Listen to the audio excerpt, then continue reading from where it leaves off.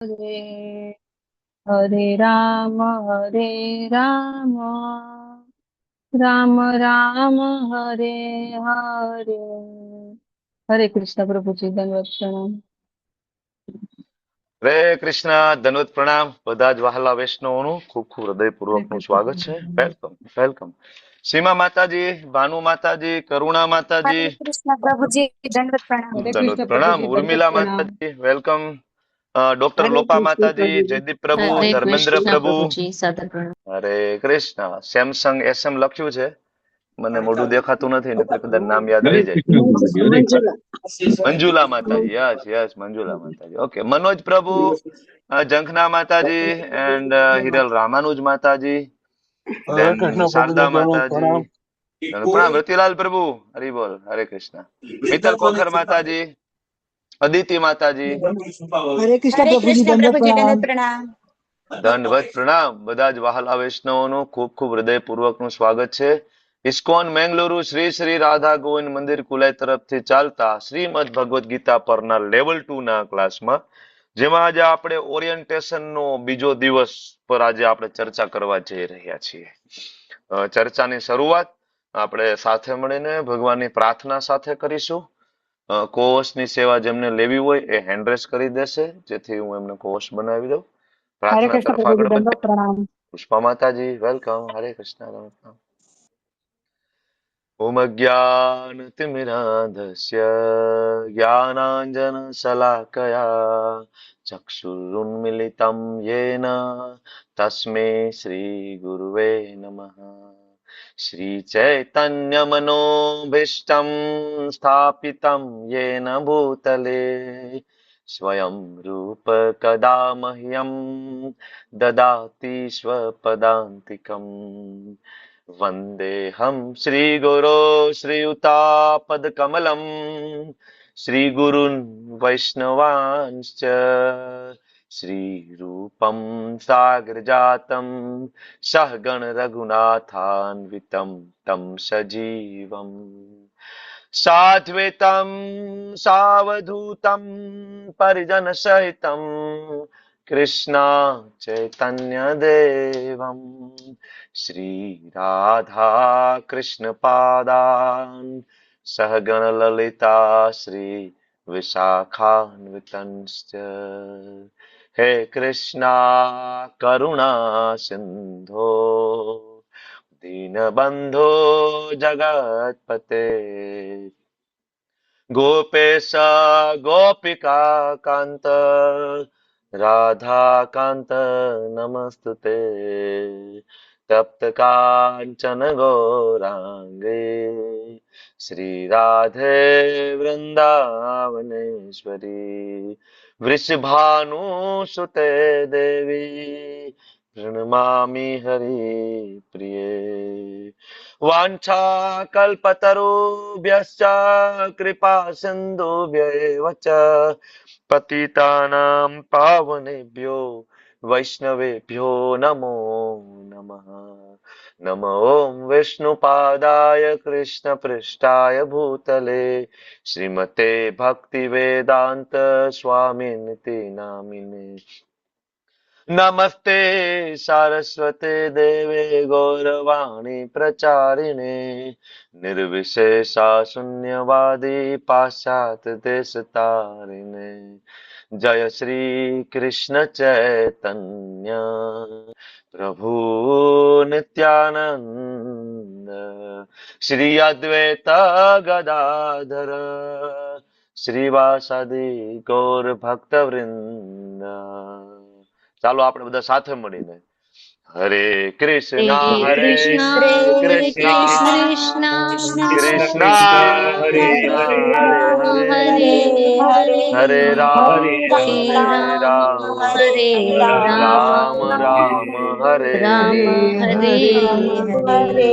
હરે હરે કૃષ્ણ કૃષ્ણ પ્રભુજી, પ્રભુજી. હરે હરે કૃષ્ણ કૃષ્ણ પ્રભુજી, કૃષ્ણ દંડવત પ્રભુજી. પ્રભુજી, પ્રભુજી, દંડવત પ્રણામ. હરે કૃષ્ણ પ્રભુજી, દંડવત પ્રણામ. હરે કૃષ્ણ બધા જ પ્રભુજી, વહાલા દંડવત વૈષ્ણવ પ્રણામ. હરી બોલ. બધા જ હરે વહાલા કૃષ્ણ પ્રભુજી, વૈષ્ણવનું દંડવત ખૂબ ખૂબ પ્રણામ. હૃદયપૂર્વકનું સ્વાગત છે. જે લોકોએ ચેટ બોક્સમાં લખ્યું છે, કરુણા માતાજી કે છે અવાજ નથી આવતો. નથી આવતો તમને લોકોનો અવાજ બરાબર આવે છે મારો? આવે છે બિફોર બરોબર મીટિંગ છે. હતું, આવે છે. મીટિંગ પહેલા લખેલું છે સમય. મીટિંગ પેલા લખેલું. ઓકે, થેન્ક યુ પ્રભુજી, થેન્ક યુ. સર્વેશ ભટ્ટ પ્રભુ, મુકેશ મકવાણા પ્રભુ, હરિવલ આફ્ટર લોંગ ટાઈમ ક્યાં ખોવાઈ હરે જાવ છો કૃષ્ણ વચ્ચે વચ્ચે? પ્રભુજી દંડક પ્રણામ.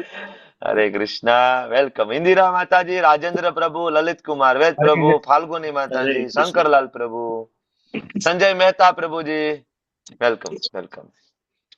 હરે કૃષ્ણ પ્રભુજી સાદર પ્રણામ. હરે કૃષ્ણ, હરે હરે કૃષ્ણ. કૃષ્ણ પ્રભુજી, હરે કૃષ્ણ દંડવત હિરલ પ્રણામ. પટેલ માતાજી, આરતી ભોય હરે માતાજી, કૃષ્ણ પ્રભુજી થેન્ક યુ, દંડવત પ્રણામ. Thank you. અને યશ નારાયણ સુનીના માતાજી અને જંખના બારોટ માતાજી, તમારી સેવા માટે હું તમારો ખૂબ ખૂબ આભારી છું.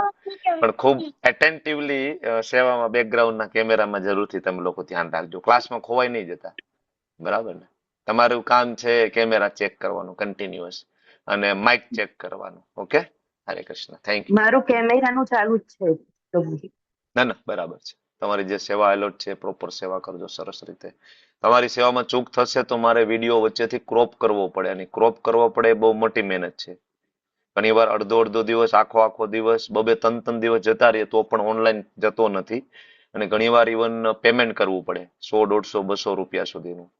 બરાબર, ઓનલાઈન ઘણી વાર ફ્રીમાં થતું પણ નથી. એટલું નાનો કટકો વચ્ચેથી કાપવું હોય તો તમારી નાની એવી ભૂલ એક વૈષ્ણવનો આખો દિવસ લઈ લેશે. બરાબર, તો પ્લીઝ બહુ એટેન્ટિવલી તમારી સેવામાં ધ્યાન આપજો. Thank you. તો ચાલો ભાઈ, સ્ટ્રેટ ફોરવર્ડ ચર્ચા તરફ આગળ વધીએ. અચ્છા, ગઈકાલની ચર્ચા થઈ તો થોડું ભગવાનમાં શ્રદ્ધા વધે એવી ચર્ચા હતી કે નહીં? અલગ અલગ બરાબર, બ્રહ્માજીને પૂછવા ગયા, શિવજીને પૂછ્યું કે શું કરવું જોઈએ. શું લાગે? સુખદેવજી મહારાજ પાસે ગયા, વેદ વ્યાસજીને પૂછ્યું. થોડી ભગવાનમાં થોડી શ્રદ્ધા વધે એવું થયું કે નહીં? શાસ્ત્રના પ્રમાણ સાથે. એવું નહીં કે ઇસ્કોન કે છે કે મારા ગુરુ કે છે, નહીં. શાસ્ત્ર શું કે છે આપણે એની જ ચર્ચા કરવાના છીએ, બરાબર. તો આજે પણ એ જ ચર્ચામાં થોડુંક આપણે આગળ વધવું છે. તમે લોકોએ સાધના ચાર્ટ ભર્યો ને ગઈકાલે? કેટલા લોકોએ ભર્યો? Raise your hand, come on, digital hand ઊંચો કરો, હાથ ઊંચો કરો.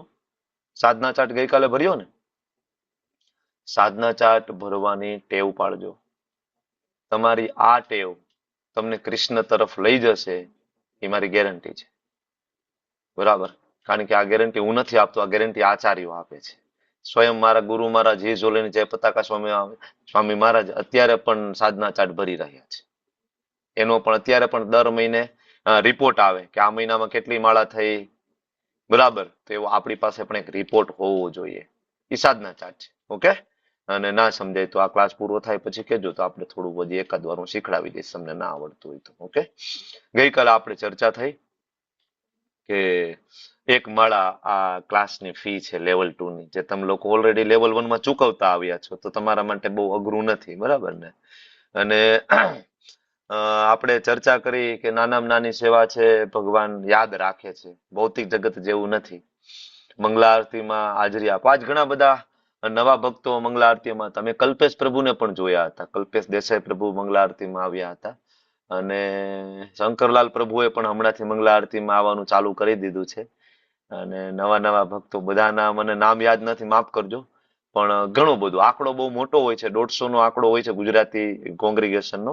અને વિડીયો ઓન રાખીને મંગલા આરતી કરવા વાળા લગભગ કહેવાય 50 જેટલા તો હોય છે, બરાબર. એટલે ઘણા બધા આવો છો અને આગળ પણ આવજો. કદાચ 4:30 વાગે ના ઉઠી શકો ને તો પછી 5 વાગે જોડાઈ જજો. 5 વાગે ઉઠીને 5 વાગે ના ઉઠી શકો ને તો 6 વાગ્યા પછી જપ કરવા માટે જોડાઈ જજો. છેલ્લે એવું લાગે તો 6:45 આવી જજો. 15 મિનિટ તો સાથે જપ કરશું, 2 માળા. બધા ભક્તો ઓલમોસ્ટ 7 વાગ્યા સુધી હોય છે. 7 વાગ્યા પછી આપણું ગુજરાતી ભાગવતમ ચાલુ થાય ને, એટલે પછી ત્યાંથી લેફ્ટ થઈને આપણે ભાગવતમના ક્લાસમાં જોડાઈ જતા હોય. તો 6:45 આવજો. 7 વાગ્યા સુધી આપણે બધા સાથે ભરીને માળા કરશું. વિડીયો ચાલુ કરીને આવજો તમે બધા, બરાબર. તો મંગળા આરતી, તુલસી આરતી અને તુલસીજીને જળ અર્પણ કરવું અને પ્રભુપાદના પુસ્તકો વાંચવા અને આ બધું કરીને સાધના ચાર્ટ ભરવું. આ વિશે આપણે ગઈકાલે બરાબર ચર્ચા કરી ચૂક્યા છીએ. અચ્છા, સાધના ચાર્ટ ખુલી ગયું. Just a minute. ઓકે, હવે સૈદ્ધાંતિક રીતે ભગવાન કૃષ્ણ કેવી રીતના પૂર્ણ પુરુષોત્તમ છે, અને ગઈકાલે સરસ પ્રશ્ન પૂછ્યો હતો કાંતિલાલ પ્રભુજીએ કે ભાઈ આદિ અને અનાદિ ને કેવી રીતના સમજી શકાય, તો આપણે સમજવાની થોડીક કોશિશ ગઈકાલે કરી હતી, બરાબર. અને છેલ્લે શિવજી વિશે પણ પૂછ્યું હતું, તો આપણે ભગવાન મહાદેવ વિશે પણ થોડું સમજ્યા હતા. અને આજે એ જ વિષયમાં થોડીક હજી આપણે થોડીક ચર્ચા કરવી છે. કાલથી આપણો પહેલો અધ્યાય ચાલુ થઈ જશે. બરાબર. તો પેલા લાયકાત શું જોઈશે ભાઈ? તો કે ભક્તો અસીમે સખા ચેતી. ભગવાનના ભક્ત બનવાની કોશિશ કરવી પડશે કે નહીં. કૃષ્ણ મારે તમને સમજવા છે. બરાબર. તમે મારા મિત્ર છો. બરાબર. અને હું તમારો મિત્ર બનવાની કોશિશ કરું છું. પ્લીઝ એક્સેપ્ટ મી. એટલે પેલું પગથિયું આની અંદર જોશે શ્રદ્ધા. શ્રદ્ધા જોશે. ચેલેન્જિંગ મોડ સાથે તમે કોઈ જ્ઞાનને પ્રાપ્ત કરી શકતા નથી. એ ભૌતિક હોય કે આધ્યાત્મિક હોય. તમે ને હું આપણે સ્કૂલમાં ગયા હતા તો આપણે ટીચરની સામે બાયું ચડાવીને જ્ઞાન પ્રાપ્ત કરતા હતા. નહીં તો ઠીક છે, તમને થોડું ઘણું આવડે છે, મને આવડે છે, મેં ભણેલા છે. બરાબર. તો કદાચ તમને એવું બને કે તમે અલગ અલગ મત પથ સંપ્રદાય સાથે જોડાયેલા હોય અને નો ડાઉટ તમે મારા કરતા સિનિયર છો, મારા કરતા ઘણું બધું વધારે જાણતા હશો, એમાં કોઈ શંકા નથી. બરાબર. પણ મારા ગુરુ મહારાજે જેટલું મને શીખવ્યું છે અને જેટલા શાસ્ત્ર પ્રમાણ આપ્યા છે, હું તમારી પાસે શાસ્ત્ર પ્રમાણ મૂકું છું. પછી તમને એવું લાગે કે આમાં કઈ ચર્ચા કરવી છે તો છેલ્લા આપણી પાસે અડધી કલાક છે, એમાં આપણે ત્યાં ચર્ચા કરશું. બરાબર ને? તો થોડું શ્રદ્ધાથી આવજો. બરાબર. શ્રદ્ધાથી આવશો, સમજવાની કોશિશ કરશો તો આપણે એક નિષ્કર્ષ ઉપર પહોંચી જઈશું. પણ તમારો પૂર્વગ્રહને તમે જો તોડવા માંગતા જ ન હોય તો ભગવાને અર્જુનને શું કીધું હતું? ભગવદ ગીતા પૂરી થઈ છેલ્લે ભગવાને અર્જુનને યથેચ્છ તથા ગમે કુરુ. તેવું કર.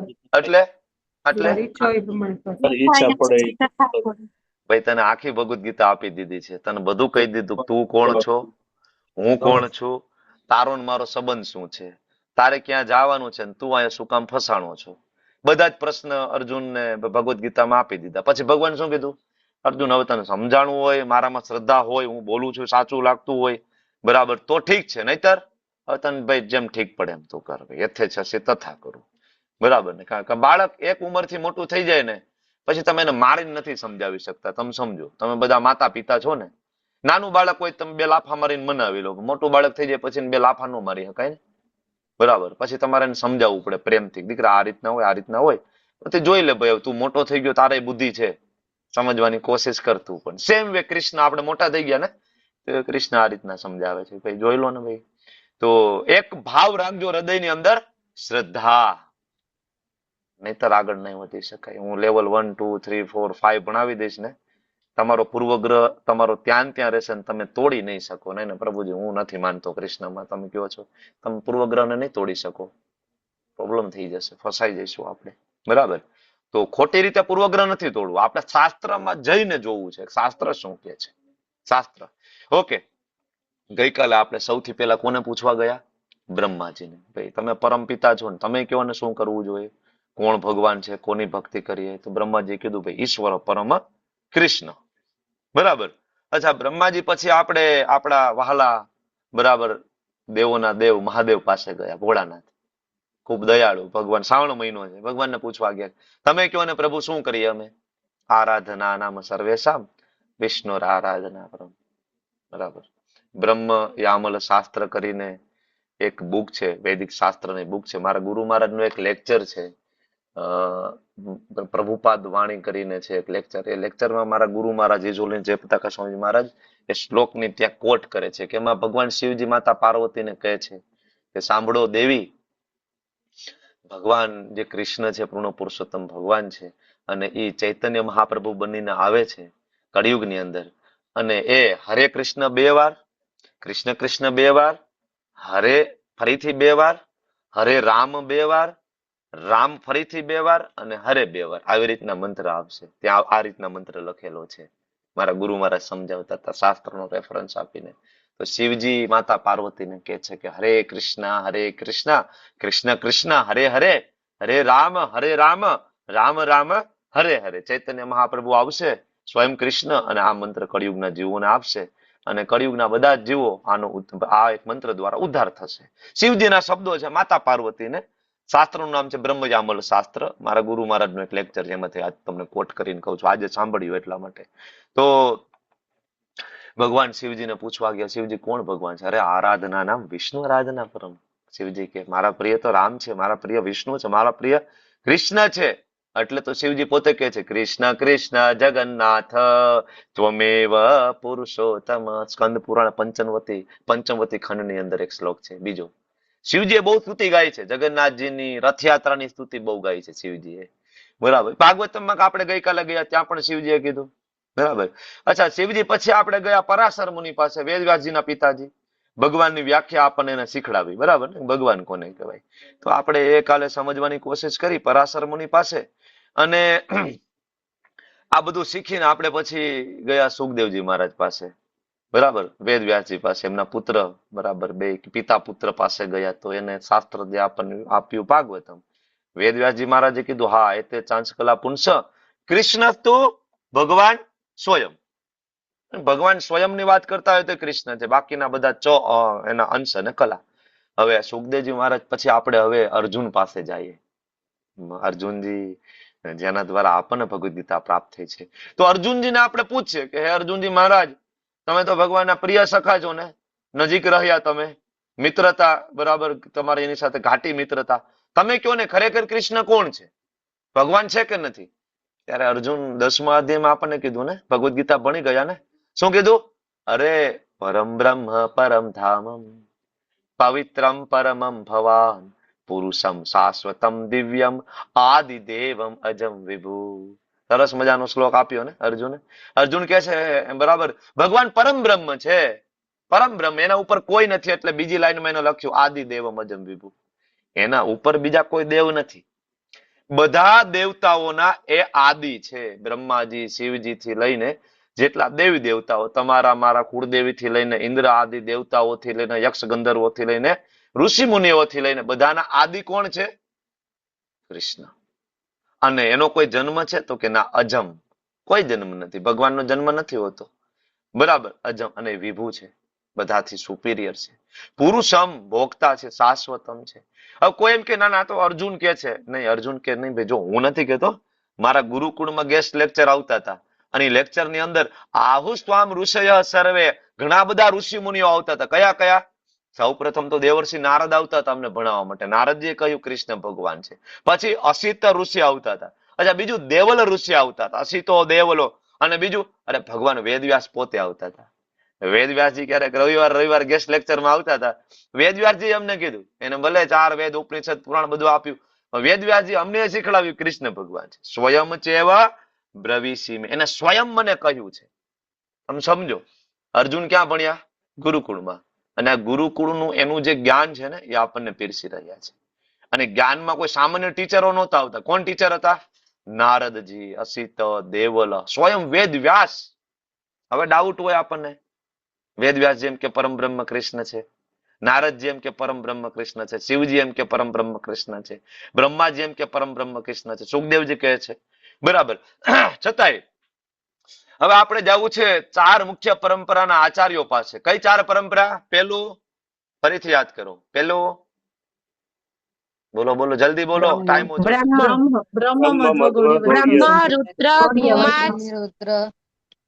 બ્રહ્મ રુદ્ર શ્રી કુમાર.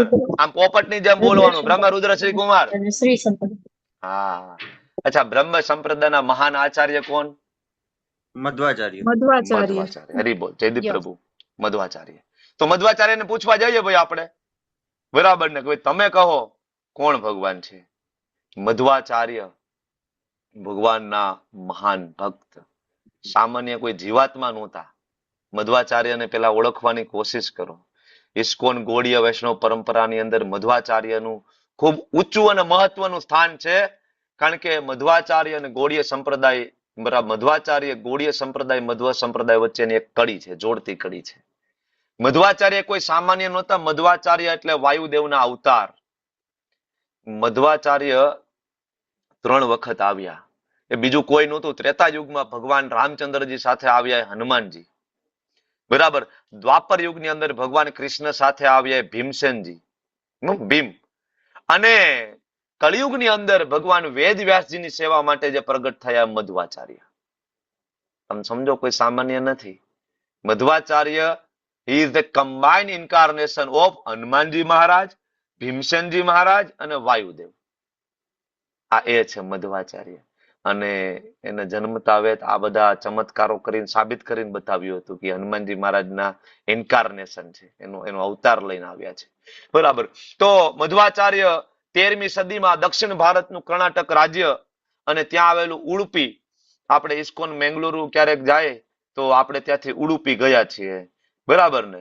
ઉડુપી અને ત્યાંથી એક નજીક પ્રાજક ક્ષેત્ર આવેલું છે, ત્યાં એમનો જન્મ થયો હતો. તુલુ બ્રાહ્મણ ફેમિલી માં મધ્વાચાર્યનો જન્મ થયો. બાળપણનું નામ હતું એનું વાસુદેવ. બાળપણથી જ ભગવાન પ્રત્યેની અલૌકિક એની નિષ્ઠા, બરાબર. મધ્વાચાર્ય 5 વર્ષની ઉંમરે એને દીક્ષા લઈ લીધી હતી. 5 વર્ષની ઉંમરે. 7 વર્ષની ઉંમરે મધ્વાચાર્ય સંપૂર્ણ વૈદિક સાહિત્યના જ્ઞાતા બની ગયા હતા. 7 વર્ષની ઉંમરે. વિચાર કરજો, 12 વર્ષની ઉંમરે મધ્વાચાર્યએ સંન્યાસ લઈ અને ઘર છોડી દીધું હતું. 12 વર્ષે, બરાબર ને. જયારે આપણું છોકરું હજી 4થા 5મામાં ભણતું હોય ને, ત્યારે મધ્વાચાર્ય ઘર છોડીને સંન્યાસ લઈને નીકળી ગયા હતા હિમાલય તરફ.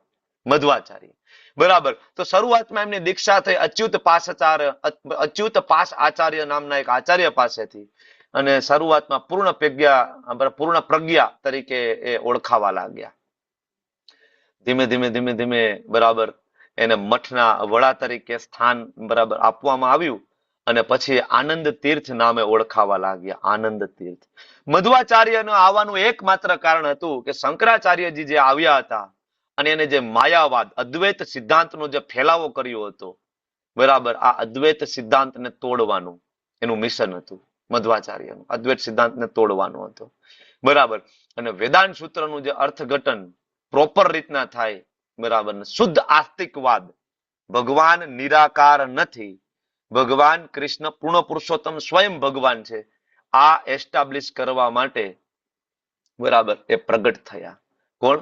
મધ્વાચાર્ય. 1238 ની આસપાસ, 13મી સદીમાં. એટલે ઓલમોસ્ટ તમે જુઓ તો, બરાબર, 900 વર્ષ, સોરી 1000 વર્ષ, 900 વર્ષની આસપાસ થયું, બરાબર. મધ્વાચાર્ય દ્વૈત તત્વજ્ઞાનની સ્થાપના કરી, બરાબર, અને એને શીખડાવ્યું કે ભગવાન કૃષ્ણ અને જીવાત્મા એ બે જુદા જુદા છે.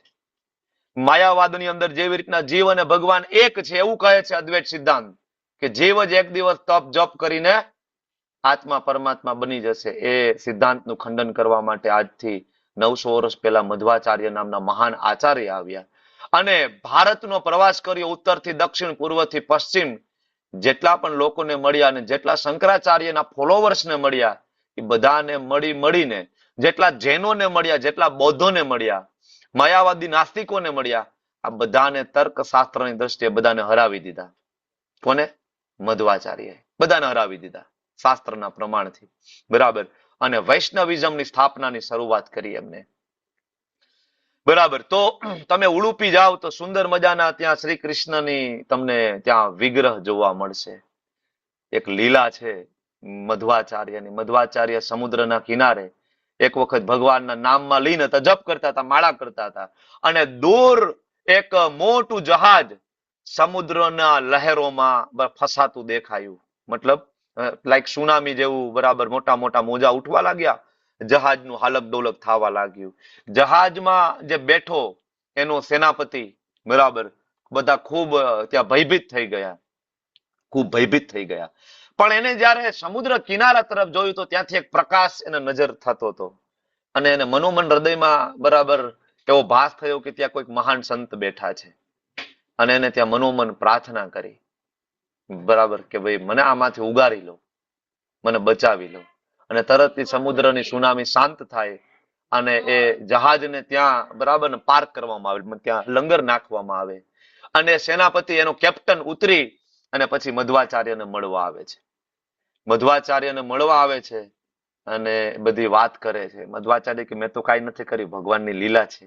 પણ એ કે નહીં, મારે તમને ગિફ્ટ આપવું છે. તો એ જહાજ દ્વારકાથી નીકળ્યું હતું, મોટા મોટા ગોપી ચંદન, બરાબર, મોટી મોટી શિલાઓ લઈને નીકળ્યું હતું.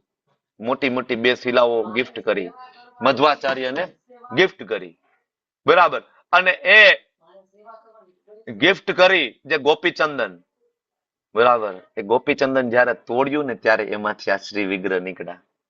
તો આ શ્રી વિગ્રહ કોણ છે?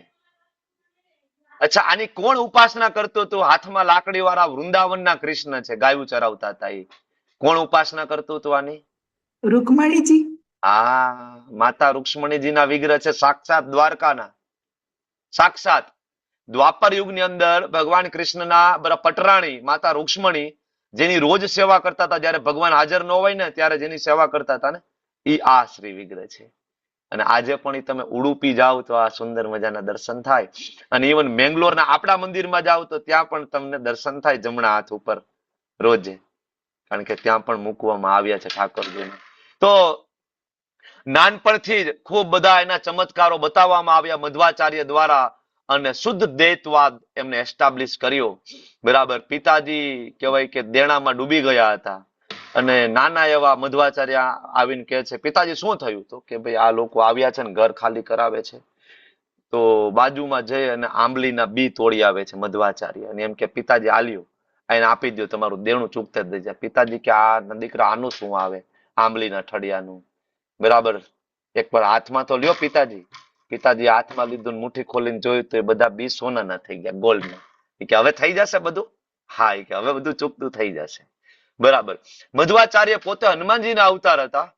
જ્યારે એને માતા એને બોલાવતા તો મધ્વાચાર્ય આજુબાજુમાં ગમે તે ગામમાં હોય તો 2-3 કૂદકા મારીને ઘરે પહોંચી જતા હતા. ઇઝ લાઈક અ ફ્લાઇંગ, ઉડી શકતા હતા એ મધ્વાચાર્ય, કારણ હનુમાનજીના ઇન્કાર્નેશન હતા ને એટલા માટે. આ વાતની એક વખત મધ્વા આચાર્યના સમકાલીન ત્રિવિક્રમ પંડિત નામના એક આચાર્ય છે, ત્રિવિક્રમ પંડિત, એની બુકમાં લખે છે કે એક દિવસ મેં જોયું મધ્વાચાર્ય રોજ સવારે વહેલા ઉઠી અને ખૂબ જ સ્પીડમાં, કારણ કે વાયુદેવ જે હનુમાનજી એની સ્પીડ અરે કોઈ જીવ આવી શકવાનો નથી, અર્લી મોર્નિંગમાં સ્પીડમાં એ નીકળી જતા હતા. ક્યાં જતા હતા ખબર નહોતી પડતી, પણ પછી એમને પણ યોગ સિદ્ધિ પ્રાપ્ત કરી અને પાછળ જવાની કોશિશ કરી. 1 વાર 2 વાર 3 વાર ફેલ થયા. 4થી વખત ગયા તો એ જોયું એને દ્રશ્ય, મોટા પહાડમાં જાય છે મધ્વાચાર્ય, ત્યાં એક મોટી ઝૂંપડી છે, ઝૂંપડી ખોલીને અંદર જતા રહ્યા, દરવાજો બંધ કરી દીધો. ત્રિવિક્રમ પંડિત ઝૂંપડીના બરાબર એક જાતનું ત્યાં છે પોલાણ, એમાંથી એમ જોવે છે, અને ત્યારે એને દર્શન થાય છે, અને ત્યારે ગદગદ થઈ જાય છે. એક બાજુ રામચંદ્રજી ઉભા છે, એની સામે હનુમાનજી ઉભા છે. એક બાજુ કૃષ્ણ ઉભા છે, બરાબર, એની સામે ભીમસેનજી ઉભા છે. એક બાજુ વેદવ્યાસ ઉભા છે, અને એની બાજુ મધ્વાચાર્ય ઉભા છે સામે. ત્યારે એને ખબર પડે છે કે આ મધ્વાચાર્ય બીજું કોઈ નહીં, એ જ હનુમાનજી છે, એ જ ભીમસેનજી છે, એ જ પવન પુત્ર હનુમાનજીના ઇન્કાર્નેશન છે, જે ભગવાનની લીલાના ભાગ સ્વરૂપે કળિયુગમાં ફરીથી પ્રગટ થયા છે. મધ્વાચાર્ય ના ચમત્કારો બહુ બધા છે નાનપણથી, બરાબર. પણ ભગવાનના મહાન સંત અને એને જે ઘણી બધી ફિલોસોફી આપી મધ્વાચાર્ય, એમાંથી 6 મુખ્ય ઉપદેશો, ઘણા બધા ઉપદેશો છે, બરાબર, જનરલી 9 જેટલા ઉપદેશો છે, એમાંથી 2 ઉપદેશો આપણે એની અંદર આપણા અચિંત્ય ભેદાભેદ ફિલોસોફીની અંદર સ્વીકાર્યા છે, મહત્વના ઉપદેશો. બાકી ઘણું બધું એમને કહ્યું છે. કૃષ્ણ પરમ સત્ય છે, બ્રહ્માંડ વાસ્તવિક છે, બરાબર, બ્રહ્મ સત્ય, જગત મિથ્યા નથી. જે શંકરાચાર્યજી આવીને કહે ગયા એનું ખંડન કરી દીધું. જગત મિથ્યા નથી, બ્રહ્માંડ વાસ્તવિક છે, સત્ય છે, પણ અશાશ્વત છે, શાશ્વત નથી. સત્ય છે કારણ કે ભગવાને બનાવેલું છે, બરાબર. પછી એને કહ્યું ઈશ્વર, જીવ અને દ્રવ્ય વચ્ચે તફાવત છે. 2 પ્રકારના જીવો છે, મુક્ત જીવ, બદ્ધ જીવ, આ બધું એને કહ્યું, બરાબર. પંચ ભેદ એને સમજાવ્યો, અને ઘણી બધું એને ફિલોસોફી આપી. બહુ ડિટેલમાં નથી જતા અત્યારે આપણે, પણ કહેવાનો મતલબ છે કે બ્રહ્મ સંપ્રદાયના મહાન આચાર્ય મધ્વાચાર્ય કહે છે કે કૃષ્ણ છે પૂર્ણ પુરુષોત્તમ ભગવાન છે, બરાબર. પછી આપણે શ્રી સંપ્રદાયના મહાન આચાર્ય શ્રીપાદ રામાનુજાચાર્ય પાસે જઈએ. હૈદરાબાદમાં હમણાં જ રામાનુજાચાર્યને 1000 વર્ષ થયા, તો એક મોટું એમનું પૂતળું, સ્ટેચ્યુ મૂકવામાં આવ્યું, જેને સ્ટેચ્યુ ઓફ ઇક્વાલિટી તરીકે ઓળખવામાં આવે છે. તમને લોકોને ખ્યાલ હશે. મધ્વાચાર્ય, સોરી, રામાનુજાચાર્ય. રામાનુજાચાર્ય, તમે સાઉથમાં જે મંદિરો તમે જોવો છો ને, બરાબર, તિરુપતિનું મંદિર છે, રામેશ્વરમ મંદિર, શ્રીરંગમના બધા મંદિર, કુંભકોણમના બધા ઘણા બધા મંદિરો, ઇવન તમે 4 ધામમાં બદ્રીનારાયણ આપણે જાય છે ને, બદ્રીનાથનું મંદિર, બદ્રીનારાયણ, બરાબર, એ પણ શ્રી સંપ્રદાય અંતર્ગત મંદિર આવે. આ બધા બરાબર રામાનુજાચાર્ય અંતર્ગત મંદિર આવે. તો નામ ઉપરથી તમને ખબર પડી જવી જોઈએ કે આ કોણ છે. રામ અનુજ આચાર્ય એટલે રામના અનુજ. કોણ? લક્ષ્મણ, બરાબર. રામચંદ્રજી સાથે જે લક્ષ્મણજી આવ્યા હતા, જે અનંત શેષ આવ્યા હતા, કૃષ્ણ સાથે જે બલરામજી આવ્યા હતા, એ જ રામાનુજાચાર્ય, એ જ લક્ષ્મણજી ફરીથી પ્રગટ થયા. શું કામ? શુદ્ધ વૈષ્ણવિઝમનો પ્રચાર કરવા માટે. ફરીથી એ જ ગોલ હતો. શંકરાચાર્યની જે ફિલોસોફી, અદ્વૈતવાદ સિદ્ધાંત, માયાવાદ, એનું ખંડન કરી અને સંપૂર્ણ જગતમાં ઓરિજિનલ ફિલોસોફી વૈષ્ણવિઝમને ફરીથી એસ્ટાબ્લિશ કરવું. ભગવાન નિરાકાર નથી, ભગવાન કૃષ્ણ પૂર્ણ પુરુષોત્તમ છે, ભગવાન વિષ્ણુ છે, ભગવાન નારાયણ છે, ભગવાન રામ છે. બરાબર. તો રામાનુજાચાર્ય આવ્યા અને આ એસ્ટાબ્લિશ કર્યું. રામાનુજાચાર્ય એટલે બીજું કોઈ નહીં, લક્ષ્મણજી, બલરામજી, અનંત શેષ સ્વયં પોતે. બરાબર. ઈસવીસન 1017 ચૈત્ર માસની અંદર એમનો દક્ષિણ ભારતના તમિલનાડુમાં એમનો જન્મ થયો. પિતાજીનું નામ કેશવ સોમ્યાજી, માતાજીનું નામ કાંતિમતી. બરાબર. જે આચાર્ય યમુનાચાર્યના પૌત્રી હતા. બરાબર. તો મહાન આચાર્ય કુળમાં એનો જન્મ થયો હતો રામાનુજાચાર્યનો. 4 સંપ્રદાયો અલગ અલગ છે, એમાંથી રામાનુજાચાર્ય સંપ્રદાયમાંથી આપણે 2 ટીચિંગ્સ લીધી છે. એમાંથી એક છે વૈષ્ણવ સેવા. વૈષ્ણવ સેવા રામાનુજાચાર્ય આપણને શીખડાવ્યું છે કે ભગવાનની સેવા કરતા પણ વૈષ્ણવોની સેવા છે સર્વોપરી છે. જેમ શિવજી કહે છે ને, આરાધના નામ સર્વેશામ વિષ્ણુ આરાધના પરમ તસ્માત પરતરમ દેવી તદિયા નામ સમર્ચનમ. શિવજી પોતે પદ્મ પુરાણમાં આ જ વસ્તુ કહે છે કે મને વૈષ્ણવ બહુ વાલા છે, એની સેવા કરવી મને બહુ ગમે છે. સેમ રામાનુજાચાર્ય આવીને કહે છે વૈષ્ણવ સેવા સર્વોપરી છે. અને બીજું અનન્ય ભક્તિ, કૃષ્ણની શુદ્ધ ભક્તિ હોવી જોઈએ, જ્ઞાન કર્મથી મિશ્રિત ભક્તિ નહીં. આ 2 સિદ્ધાંત આપણે ક્યાંથી લીધા છે? રામાનુજાચાર્ય પાસેથી લીધા છે, શ્રી સંપ્રદાયમાંથી. શરૂઆતનું રામાનુજાચાર્યજીનું શિક્ષક, બરાબર, એનું શિક્ષણ એમના ગુરુ યાદવ પ્રકાશજી પાસે થયું. યાદવ પ્રકાશજી અદ્વૈતવાદી હતા, કારણ કે ત્યારે જે વૈષ્ણવિઝમ એટલો એસ્ટાબ્લિશ નહોતો થયો. શંકરાચાર્યજીના ફોલોવર્સ જ બધી બાજુ હતા, તો નો છૂટકે એને દીક્ષા લેવી પડે, તો ત્યાંથી લીધી હતી. હવે એક દિવસ એમના ગુરુ યાદવ પ્રકાશ, બરાબર, જ્યારે ચર્ચા કરતા હતા અને એનો શિષ્ય બાજુમાં શ્લોકો વાંચતો તો શ્લોકમાં એક શબ્દ આવ્યો કપાયસમ. કપાયસમ. બરાબર. અને ત્યારે યાદવ પ્રકાશજીને પૂછ્યું કે ગુરુદેવ આનો અર્થ શું થાય? બીજા શિષ્યોએ પૂછ્યું. ત્યારે યાદવ પ્રકાશજીએ કીધું કે કપાયસમ એટલે કે વાંદરાનું જે પીછવાળું હોય ને, ગુલાબી કલરની પીઠ હોય, પીછળ, બરાબર, પાછળનો ભાગ, બરાબર. કપાયસમ એટલે એવો ગુલાબી કલર. એકચ્યુઅલી કપાયસમ શબ્દ વપરાય છે ભગવાનના હાથની જે લાલીમાં ગુલાબી કલર હોય એના માટે. ભગવાનના નેત્ર કમળ, ભગવાનના ચરણ કમળ ગુલાબી હોય, એ ગુલાબી કલર માટે કપાયસમ શબ્દ વપરાય છે. બરાબર. પણ સરખામણી કેવી કરી યાદવ પ્રકાશે? બંદરના પીછવાળા જેવો ગુલાબી કલર. હવે એ સમયે રામાનુજાચાર્ય એમના ગુરુદેવ યાદવ પ્રકાશજીના પગ કચરતા હતા. બરાબર. લક્ષ્મણજી છે ને, અનંત શેષ છે, તો એના ભગવાન વિશે, રામચંદ્રજી વિશે, કૃષ્ણ વિશે આવું સાંભળી ના શક્યા. મારા ભગવાનની લાલીમાં તમે બંદરના પીછવાળા સાથે સરખાવો છો. આંખમાંથી આંસુ પડવા લાગ્યા. આંખમાંથી આંસુ પડ્યું યાદવ પ્રકાશજીના પગ ઉપર, ઝટકો મારીને ઉભા થઈ ગયા, કારણ કે ધગધગતું આંસુ હતું, બળી ગયા, દાજી ગયા. બરાબર. શું થયું? શું થયું? યાદવ પ્રકાશજી કહે.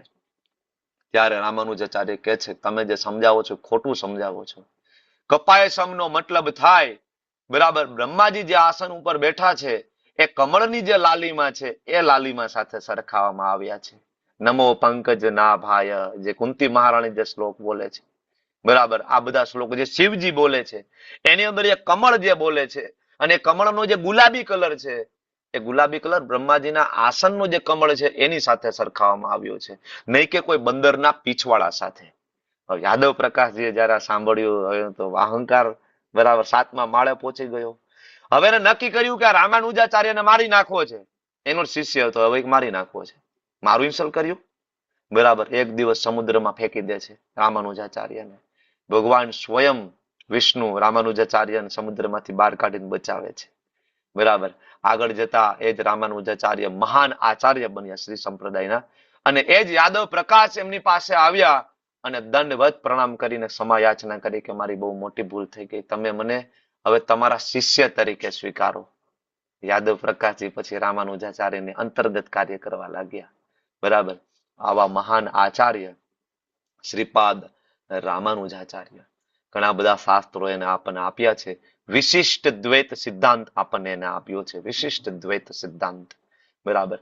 બહુ આપણે એની અંદર નથી જતા બહુ ડિટેલમાં. મંત્ર ઓમ નમો નારાયણ, બરાબર, શ્રી સંપ્રદાયના ભક્તો ઓમ નમો નારાયણ નો જપ કરતા હોય છે. એમના ગુરુ મહારાજે એકવાર કહ્યું હતું કે ઓમ નમો નારાયણ મંત્ર તને આપું ને, કાનમાં આપું છું, કોઈને કહેતો નહીં, નહીંતર તું નરકમાં જઈશ. રામાનુજાચાર્ય મંદિરના શિખર ઉપર ચડી ગયા અને ત્યાંથી બધાને કીધું સાંભળો સાંભળો, મને મંત્ર આપ્યો છે ઓમ નમો નારાયણ, અને આ મંત્ર બોલજો ને તમે બરાબર તમે બધા ભગવાનના ધામમાં જતા રહેજો, હું ભલે નરકમાં જતો રહું. રામાનુજાચાર્ય એટલા બધા દયાળુ હતા બધા જીવો પ્રત્યે કે હું વાંધો નહીં નરકમાં જાઉં, પણ બધા જીવો ભગવાનના ધામમાં જતા રહીએ. આવા મહાન આચાર્ય, મહાન સંત શ્રીપાદ રામાનુજાચાર્ય. બરાબર. આજ રામાનુજાચાર્ય ભગવાન શ્રી ચૈતન્ય મહાપ્રભુની લીલામાં આગળ અનંત વિપ્ર તરીકે ફરીથી આવ્યા. જગન્નાથપુરી ગયા હતા રામાનુજાચાર્ય, અને ત્યાં જગન્નાથજીની સામે વ્યથા વ્યક્ત કરી હતી કે ભગવાન ચૈતન્ય મહાપ્રભુ આવશે તો એની લીલામાં તો હું નહીં હોય ને, કારણ કે આ ઘટના 1000 વર્ષની છે. ભગવાન શ્રી કૃષ્ણ ફરીથી ચૈતન્ય મહાપ્રભુ થઈને આવ્યા અને 500 વર્ષ થયા. રામાનુજાચાર્ય કે છે કે હું તો નહીં હોય ને ત્યારે જગન્નાથજીને વરદાન આપે છે કે નહીં, તમે અનંત વિપ્ર બનીને આવશો. ફરીથી અનંત વિપ્ર બ્રાહ્મણ બનીને આવ્યા. એ બીજું કોઈ નહીં, સ્વયં રામાનુજાચાર્ય. રામાનુજાચાર્ય દલિતોને પણ મંદિરમાં પ્રવેશ અપાવ્યો. બરાબર. નીચી જાતિના બધા લોકોને જે ભેદભાવને અમુક લોકો કર્યો હતો એ ભેદભાવ દૂર કરીને રામાનુજાચાર્ય બધાને મંદિરમાં એન્ટ્રી આપી. પોતે 120 વર્ષ જીવ્યા, જેમાં મોટા ભાગનો સમય લગભગ 60 વર્ષ જેટલો સમય એને શ્રીરંગમની અંદર ગાળ્યો. બાકી તિરુપતિ, કાંચીપુરમ આવી બધી જગ્યાએ એમને સાધના કરી, ભક્તિની સ્થાપના કરી. તમને બધાને ખ્યાલ હશે, અમે લોકો શ્રીરંગમની યાત્રાએ ગયા હતા, જે લોકો આવ્યા હશે બધાને ખ્યાલ હશે કે આજે પણ શ્રીપાદ રામાનુજાચાર્યનું આ શરીર ત્યાં છે. એમને અંતિમ સંસ્કાર પણ નથી આપ્યો અને એમને સમાધિ પણ નથી આપી. આ જ શરીર 1000 વર્ષ જૂનું શરીર, માત્ર ને માત્ર એની ઉપર કેસર અને કપૂર અને બીજી 1-2 ઔષધિઓનો લેપ એના ઉપર કરવામાં આવે છે. કોઈ પણ પ્રકારના ઇન્જેક્શન નહીં, કોઈ પણ પ્રકારના કેમિકલ નહીં. આજે 1000 વર્ષે બરાબર વિજ્ઞાનની સામે છાતી ફાડીને રામાનુજાચાર્ય બેઠા છે. આવું કેવી રીતના બની શકે? કારણ કે બોડી સડી જાય. ફોર્મેલિન ઇન્જેક્ટ કરવામાં ના આવે બોડીમાં તો બોડી સડી જાય, જીવડા પડી જાય, ડિકમ્પોઝડ થઈ જાય. રામાનુજાચાર્યનું બોડી આજે પણ ડિકમ્પોઝ નથી થયું. આજે પણ એના વાળ છે ને આજે પણ એના નખ છે, નહીતર નખ નીકળી જાય ને વાળ છે બધા ખરી જાય. તો એવું કહેવાય છે કે આજે પણ રામાનુજાચાર્યજી સાક્ષાત શ્રીરંગમના મંદિરમાં બિરાજમાન છે. આચાર્ય આજે પણ બિરાજમાન છે. એટલે આજે શ્રીરંગમ આપણે જાય તો રામાનુજાચાર્યજી આજે પણ આપણે દર્શન આપે છે. આજે પણ આપણને શીખડાવે છે રામચંદ્રજી નારાયણ, વિષ્ણુ, કૃષ્ણ છે, પરમ ભગવાન છે. તો રામાનુજાચાર્ય બીજું કોઈ નહોતું, લક્ષ્મણજી, બલરામજી અને અનંત શેષનો કોમ્બિનેશન અવતાર. બરાબર. એ છે શ્રીપાદ રામાનુજાચાર્ય. રામાનુજાચાર્ય આપણને સમજાવે છે કે કૃષ્ણ છે એ ભગવાન છે. હવે આપણે એક બીજો સંપ્રદાય, રુદ્ર સંપ્રદાય, અને એના મહાન આચાર્ય જે લોકો પુષ્ટિ માર્ગમાં અહીંયા હશે, વૈષ્ણવો, એ બધાને ખ્યાલ હશે. બરાબર. રુદ્ર સંપ્રદાયની આગળ જે વિષ્ણુ સ્વામી આવ્યા, અને વિષ્ણુ સ્વામી પછી શ્રીપાદ વલ્ભાચાર્યજી આવ્યા. બરાબર ને? મહાન સંત વલ્ભાચાર્યજી ભગવાન ચૈતન્ય મહાપ્રભુના સમકાલીન અને ભગવાન ચૈતન્ય મહાપ્રભુના ભક્ત વલ્ભાચાર્યજી. 1479 એનો જન્મ થયો. દક્ષિણ ભારતના તેલંગ બ્રાહ્મણ કુટુંબની અંદર જન્મ થયો. બરાબર. લક્ષ્મણ ભટ્ટજીના ઘરે, એમનું શરૂઆતનું નામ વલ્લભ ભટ્ટ તરીકે ઓળખાતા માતા લક્ષ્મીબાઈની ઘરે. બરાબર. વારાણસી ગયા, વેદાંત અને પુરાણોનો ખૂબ ઊંડો અભ્યાસ કર્યો શ્રીપાદ વલ્ભાચાર્યજી દ્વારા. બરાબર. અને એને આખા ભારતની યાત્રાઓ કરી, અલગ અલગ જગ્યાએ પોતાની બેઠક સ્થાપી અને વૈષ્ણવિઝમનો પ્રચાર કર્યો અને કહ્યું કૃષ્ણ પૂર્ણ પુરુષોત્તમ ભગવાન છે. અને એમને આપણને પુષ્ટિ માર્ગ આપ્યો. પુષ્ટિ માર્ગ આપ્યો. અને આજે ગુજરાતની અંદર તમે જે હવેલીઓ અલગ અલગ જગ્યાએ જોવો છો, એ હવેલીઓ, બરાબર, અને ગુજરાતની અંદર જે નાના ઠાકોરજી, બાલગોપાલની જે સેવા જોવો છો, એ સેવા શ્રીપાદ વલ્ભાચાર્યજીએ આપણને આપી છે. વલ્ભાચાર્યજીએ શ્રીમદ ભાગવતમ ઉપર ટીકા લખી છે, જેને સુબોધિની તરીકે ઓળખવામાં આવે છે. બીજા ઘણા બધા ગ્રંથો પણ એમને લખ્યા છે. અને શ્રીપાદ વલ્ભાચાર્યજીએ જે ફિલોસોફી આપી એને શુદ્ધ દ્વૈત તરીકે ઓળખવામાં આવે છે. શુદ્ધ દ્વૈત. બરાબર. પુષ્ટિ એટલે કે ભગવાનની કૃપા. બરાબર. ગ્રેસ. બરાબર. જેના દ્વારા જીવોનો ઉદ્ધાર થાય.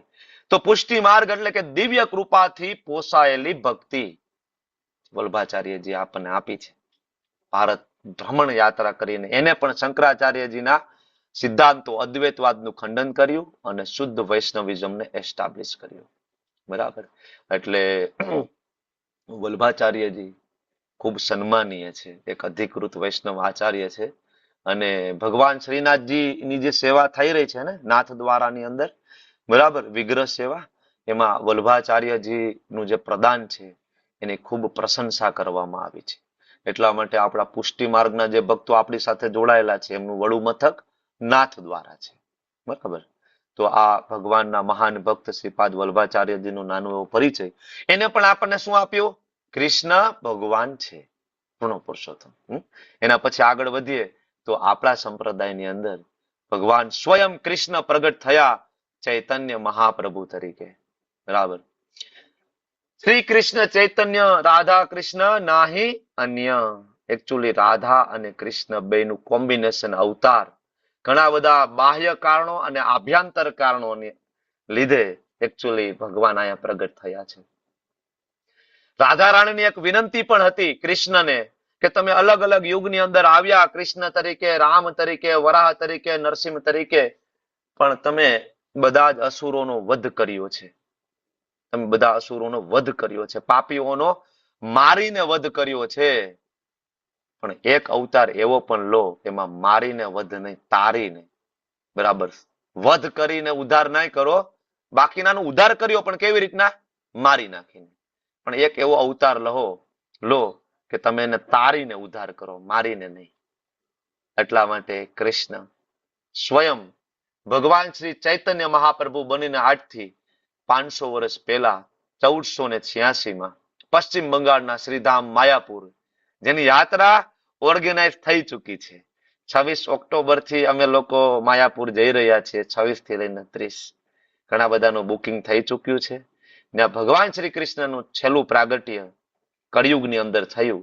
અને ભગવાન કૃષ્ણના આ જે અવતાર ચૈતન્ય મહાપ્રભુ એ બ્રહ્માજીના આખા એક દિવસમાં એક જ વાર આવે છે. 864 કરોડ વર્ષ નો બ્રહ્માજીની 24 કલાક, 432 કરોડ વર્ષ બ્રહ્માજીનું એક દિવસ, 432 કરોડ વર્ષની અંદર અસંખ્ય ચતુર્યુગીઓ ફરતી હોય છે. અસંખ્ય ચતુર્યુગીઓ. એમાંથી એક ચતુર્યુગી એવી છે કે જેમાં ચૈતન્ય મહાપ્રભુ આવશે અને કૃષ્ણ પ્રેમ છે ખુલ્લા હાથે બધાને વેચશે કે ભાઈ કાંઈ તમને ના આવડતું હોય, તમારામાં શુદ્ધતા ના હોય, તમને વેદો ઉપનિષદ પુરાણો ના સમજાતા હોય, બરાબર, નીચી જાતિમાં જન્મ થયો હોય, તમને કોઈ પૂજા પાઠ વેદ વિધાન ના આવડતા હોય, યજ્ઞ યાજન પઠન પાઠન ના આવડતું હોય, તો ખાલી હું કહું એટલું કરો, 2 હાથ ઊંચા કરો, ચૈતન્ય મહાપ્રભુ કહે છે, અને બોલો હરે કૃષ્ણ કૃષ્ણ કૃષ્ણ હરે હરે, હરે રામ રામ રામ હરે હરે. આટલી સરળ પદ્ધતિ ભગવાન શ્રી કૃષ્ણ સ્વયં આવ્યા. વિચાર કરો, પોતે આપણા માટે સંન્યાસ લઈને બેઠા છે કૃષ્ણ. જે દ્વાપર યુગમાં 16,108 રાણીના મહેલમાં રહેતા હતા, એ કૃષ્ણના પગમાં ચપ્પલ પણ નથી, અને ઝારખંડના જંગલોમાં એ ફરી રહ્યા છે પ્રચાર કરવા માટે. કૃષ્ણ સંન્યાસ લઈને બેઠા છે. કોના માટે?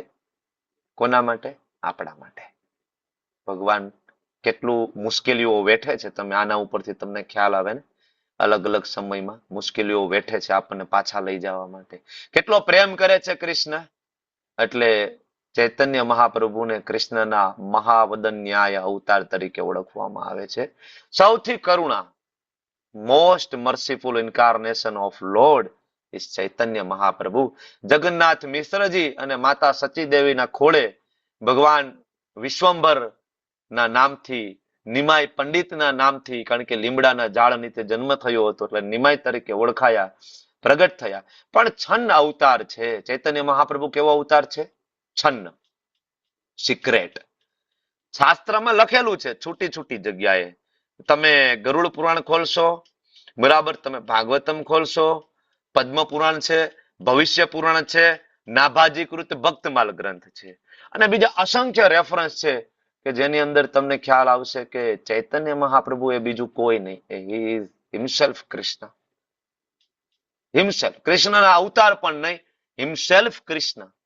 કૃષ્ણ પોતે જ આવે છે, પણ કળિયુગમાં પોતાનું ઐશ્વર્ય છુપાવી ભગવાને કીધું કે દ્વાપર યુગમાં આવ્યો, બધાને મેં કીધું સર્વ ધર્માન પરિત્યજ્ય મામ એકમ શરણમ વ્રજ અહમ ત્વામ સર્વ પાપેભ્યો મોક્ષયિષ્યામિ મા સૂચ, પણ કોઈએ કર્યું નહીં. બધાને કીધું મારા શરણે આવી જાઓ, બધું છોડી દો, બધાના પાપ માફ કરી દઈશું, બધા મારા ધામમાં. કોઈએ કર્યું નહીં, બરાબર. ત્યારે ભગવાનને એમ થાય કે હવે આ બધાને કેવી રીતના સમજાવવું. આ બધાને કીધું મન મના ભવ મદ ભક્તો મધ્યાજી મામ નમસ્કુરુ, ભગવદ્ ગીતામાં આ લોકોએ કર્યું નહીં. તો હવે મને લાગે છે કે આ બધાને મારે પ્રેક્ટિકલ કરીને દેખાડવું પડશે. ત્યારે એ જ કૃષ્ણ પોતે ચૈતન્ય મહાપ્રભુ બની અને પ્રેક્ટિકલ કરીને દેખાડ્યું કે કૃષ્ણની ભક્તિ કેવી રીતના કરવાની છે કળિયુગની અંદર. તો ખાલી ચૈતન્ય મહાપ્રભુ નથી આવ્યા. ભગવાન જ્યારે જ્યારે આવે ત્યારે હંમેશા એના મહાન ભક્તો, એના પાર્ષદો ને લઈને આવે. તો ચૈતન્ય મહાપ્રભુ એટલે સ્વયં કૃષ્ણ. નિત્યાનંદ પ્રભુ સાથે આવ્યા, બીજું કોઈ નહીં, સ્વયં બલરામજી. અદ્વૈત આચાર્ય આવ્યા, બીજું કોઈ નહીં, ભગવાન શિવ, મહાદેવ અને મહાવિષ્ણુનું કોમ્બિનેશન અવતાર. ગદાધર પંડિત સાથે આવ્યા, બીજું કોઈ નહીં, શ્રીમતી રાધારાણી અને શ્રીવાસ ઠાકુર સાથે આવ્યા. બરાબર, એ બીજું કોઈ નહીં, સ્વયં નારદજી. તો આ પંચ તત્વ આવ્યા અને આપણો બધાનો ઉદ્ધાર કરવા માટે હરિનામ સંકીર્તનનું મિશન લઈને આવ્યા કે તમે કળિયુગનો યુગ ધર્મ છે. હરેર નામ હરેર નામ એવ કેવલમ કલો નાસ્તિ એવ નાસ્તિ ગતિરન્યથા. સેમ શ્લોક બ્રહ્મ યામલ શાસ્ત્રની અંદર શિવજી માતા પાર્વતીને કહે છે. સેમ શ્લોક તમને મળી જશે અલગ અલગ જગ્યાએ. સેમ શ્લોક કલિસંતરણ ઉપનિષદમાં મળશે. બ્રહ્માજી પોતે કહે છે ઇતિ 16 નામ કલી કલ્મસ નાશનમ, કે આ 16 શબ્દોનો જે મંત્ર છે એ કળિયુગના બધા કલ્મશોને નાશ કરશે. નત પરોતરો ઉપાય સર્વ વેદેશુ દૃશ્યતે.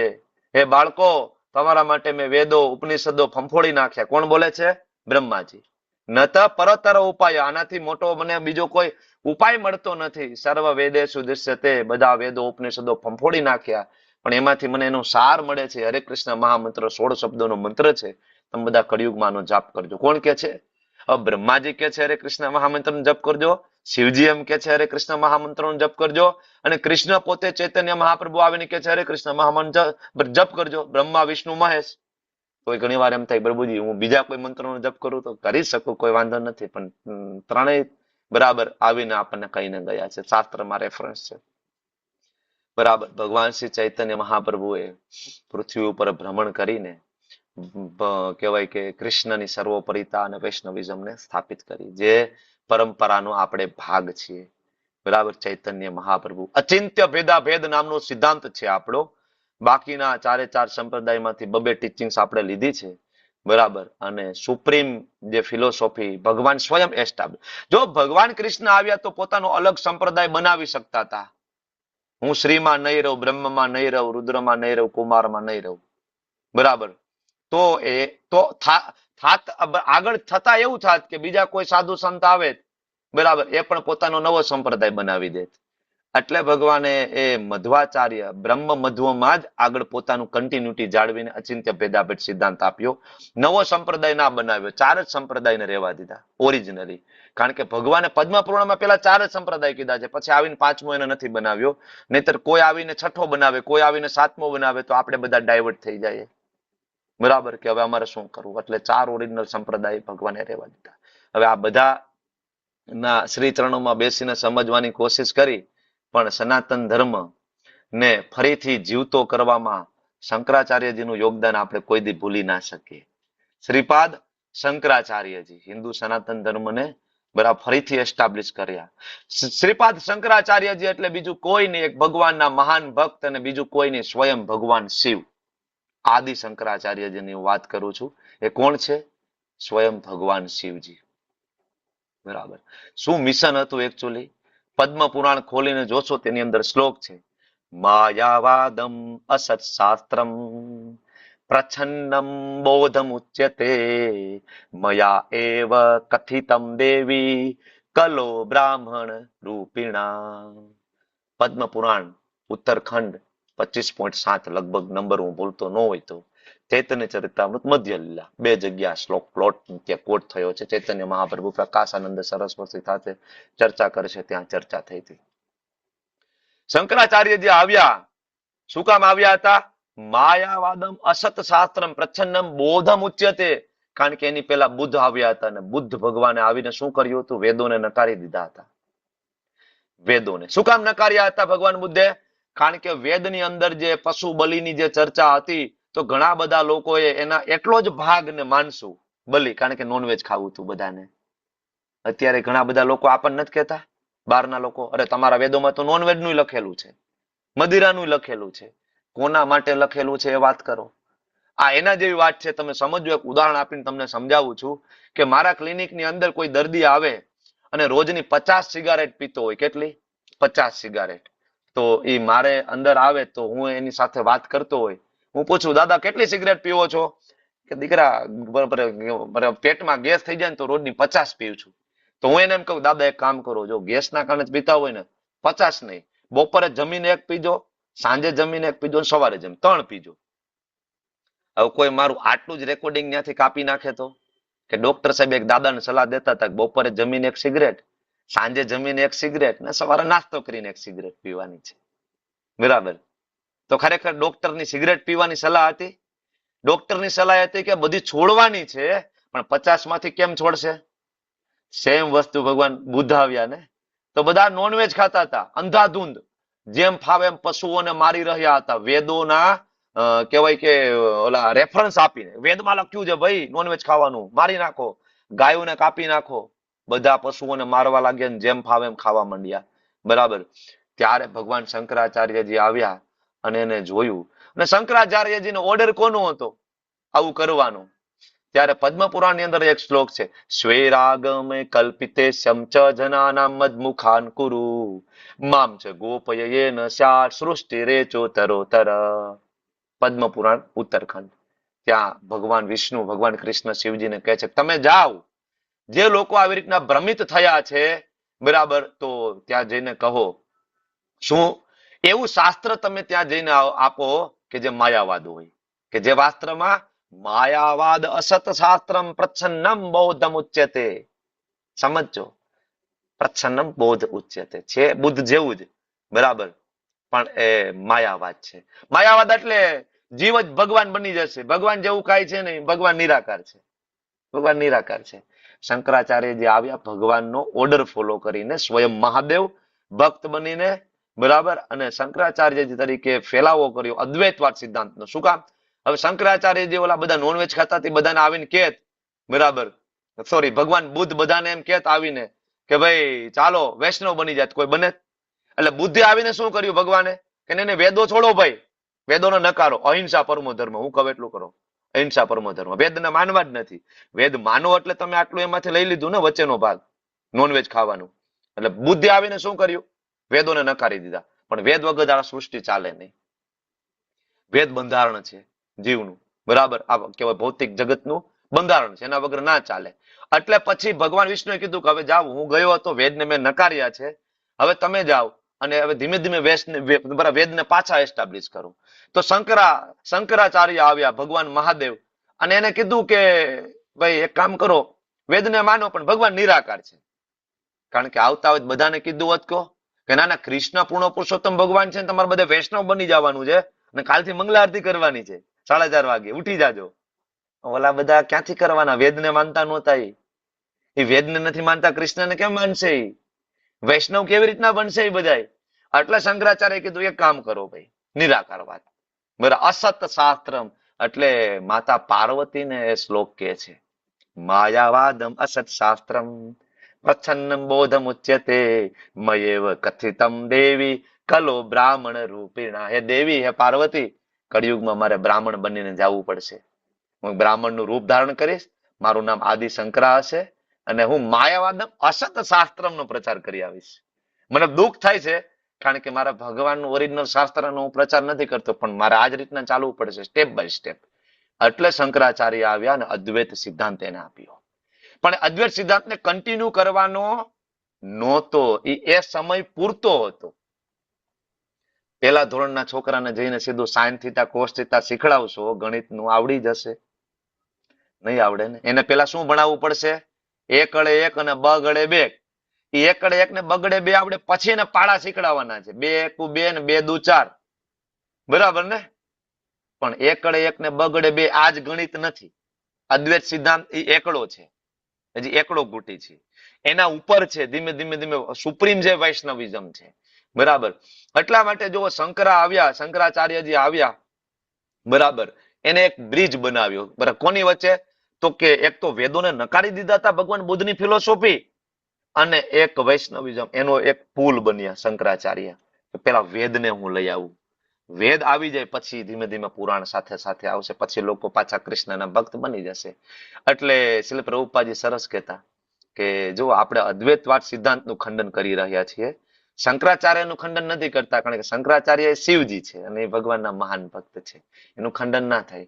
ખૂબ સન્માન, બરાબર, ખૂબ સન્માન, સ્વયં ભગવાન છે, શિવ છે, એટલે એનો આપણે અનાદર નથી કરતા, એ આપણી લાયકાત પણ નથી.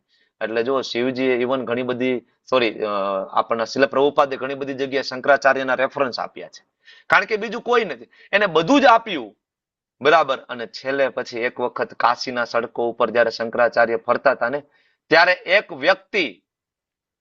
વ્યક્તિ વેદોના સંસ્કૃત શીખવાની કોશિશ કરતો હતો, બરાબર, અલગ અલગ ગ્રામર ને બધું. ત્યારે શંકરાચાર્યજી એને કહે છે, ભજ ગોવિંદમ ભજ ગોવિંદમ, ગોવિંદમ ભજ મૂઢ મતે, સંપ્રાપ્તે સન્નિહિત કાલે, નહીં નહીં રક્ષતિ ડુકૃંજ કરણે. ભજ ગોવિંદમ ભજ ગોવિંદમ કોને આપ્યું? એટલે બહારથી તો એને કીધું કે જીવ એક દિવસ ભગવાનમાં પડી જશે ને જીવ ભગવાન બની જશે, ભગવાન નિરાકાર. અંદરથી શંકરાચાર્ય અંદરથી પરમ વૈષ્ણવ, કારણ કે શિવજી છે ને, વૈષ્ણવા નામ યથાસંભવ કેવી રીતના રહી હકવાના હતા, એટલે એને છેલ્લે ભજ ગોવિંદમ આપી દીધું. ભાઈ આ સંસ્કૃત કામ નહીં આવે તમને, વેદોના શ્લોકો પાકા કરે ખાલી કામ નહીં આવે. તમારે ભલે તમને વેદો ઉપનિષદો ભણો, પણ તમારે અલ્ટિમેટ શું કરવું પડશે? ગોવિંદને ભજવા પડશે, કૃષ્ણને ભજવા પડશે ને વૈષ્ણવ બનવું પડશે, બરાબર. એના વગર તમારો ઉદ્ધાર નહીં થાય. શંકરાચાર્યજીએ વેદાંત સૂત્ર ઉપરનું પોતાનું ભાષ્ય, શારીરિક ભાષ્ય આપ્યું, ભગવાનને નિરાકાર કહ્યા, અને અહીંયા આવીને કહે છે ભજ ગોવિંદમ ગોવિંદમ ભજ મૂઢ મતે. એટલે આ એક કહેવાય ને કે ભગવાનના એક સિક્રેટ એજન્ટ તરીકે શંકરાચાર્યજી આવ્યા હતા વચગાળાનો, બરાબર, એસ્ટાબ્લિશ સિદ્ધાંતને કરવા માટે. ઘણા બધા લોકો ના સમજી શક્યા તો હજી અદ્વૈતવાદ સિદ્ધાંત એમને ચાલ્યો આવ્યો, બરાબર. શંકરાચાર્યજી પછી રામાનુજાચાર્યજી આવ્યા, વૈષ્ણવિઝમ આપ્યું. રામાનુજાચાર્ય પછી બરાબર મધ્વાચાર્ય આવ્યા, મધ્વાચાર્યજી પછી ચૈતન્ય મહાપ્રભુ આવ્યા છે. તો આ ક્રમ છે. પેલા ભગવાન બુદ્ધ આવ્યા, વેદોને નકાર્યા, શંકરાચાર્ય આવ્યા, ફરીથી વેદોને લઈ આવ્યા, નિરાકાર ફિલોસોફી આપી, રામાનુજાચાર્ય આવ્યા, વિષ્ણુને એસ્ટાબ્લિશ કર્યા, રામને એસ્ટાબ્લિશ કર્યા, મધ્વાચાર્ય આવ્યા, કૃષ્ણને એસ્ટાબ્લિશ કર્યા, ચૈતન્ય મહાપ્રભુ આવ્યા, કૃષ્ણ પ્રેમને એસ્ટાબ્લિશ કરી દીધો, સુપ્રીમ, ફિનિશ્ડ.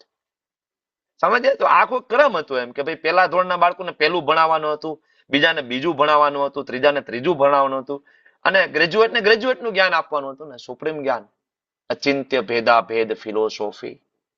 આ સમજવું પડે, નહીતર આપણે ગોટાળે ચડી જાય. મોટા મોટા વિદ્વાનો સમજી નથી શકતા. એટલે એ લોકોને આપણે જયારે આ વસ્તુ કહેવા જાય ને કે શંકરાચાર્ય આ ભજ ગોવિંદમ આપ્યું છે, બરાબર, અથવા પદ્મપુરાણના શ્લોક તમે એની સામે બોલવા જાવ તો એમ કે અમે પુરાણને માનતા નથી.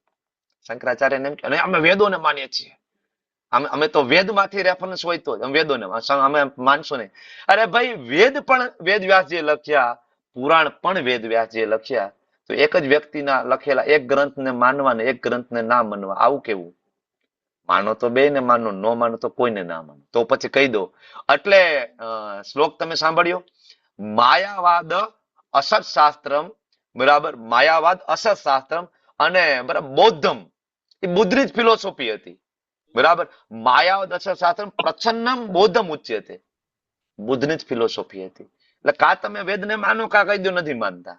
એક બાજુ કહો છો વેદને માનીએ છીએ અને એક બાજુ કહો છો કૃષ્ણ અને રામ ભગવાન નથી. આ બે વસ્તુ ભેગી નહીં થાય, કારણ કે વેદનો સાર કૃષ્ણ છે. માઇક બંધ કરી દેજો, બહુ સિરિયસ ચર્ચા છે એકચ્યુઅલી. આ સામેવાળાને ગળે ઉતારવામાં પરસેવો વળી જાય એવી છે ચર્ચા એકચ્યુઅલી, બરાબર. તો કારણ કે આ બધા સિદ્ધાંતો છે ને, ફિલોસોફીની ચર્ચા છે, સમજાય ને સમજાય, બાકી આમાં માથું ફરી જાય. આ બધી વસ્તુ એવી છે. એટલે આપણો જૂનો પૂર્વગ્રહ તોડવા માટે આ સમજવું બહુ જરૂરી છે. શંકરાચાર્ય શું કામ આવ્યા? પોતે ભગવાન શિવ છે. રામાનુજાચાર્ય શું કામ આવ્યા? મધ્વાચાર્ય શું કામ આવ્યા? અને ચૈતન્ય મહાપ્રભુ શું કામ આવ્યા છેલ્લે, બરાબર. તો આ સમજવું પડશે. આ બધાને આપણે પૂછ્યું ભગવાન કોણ, ભગવાન કોણ, ભગવાન કોણ? બધાએ સરવાળે શું કીધું?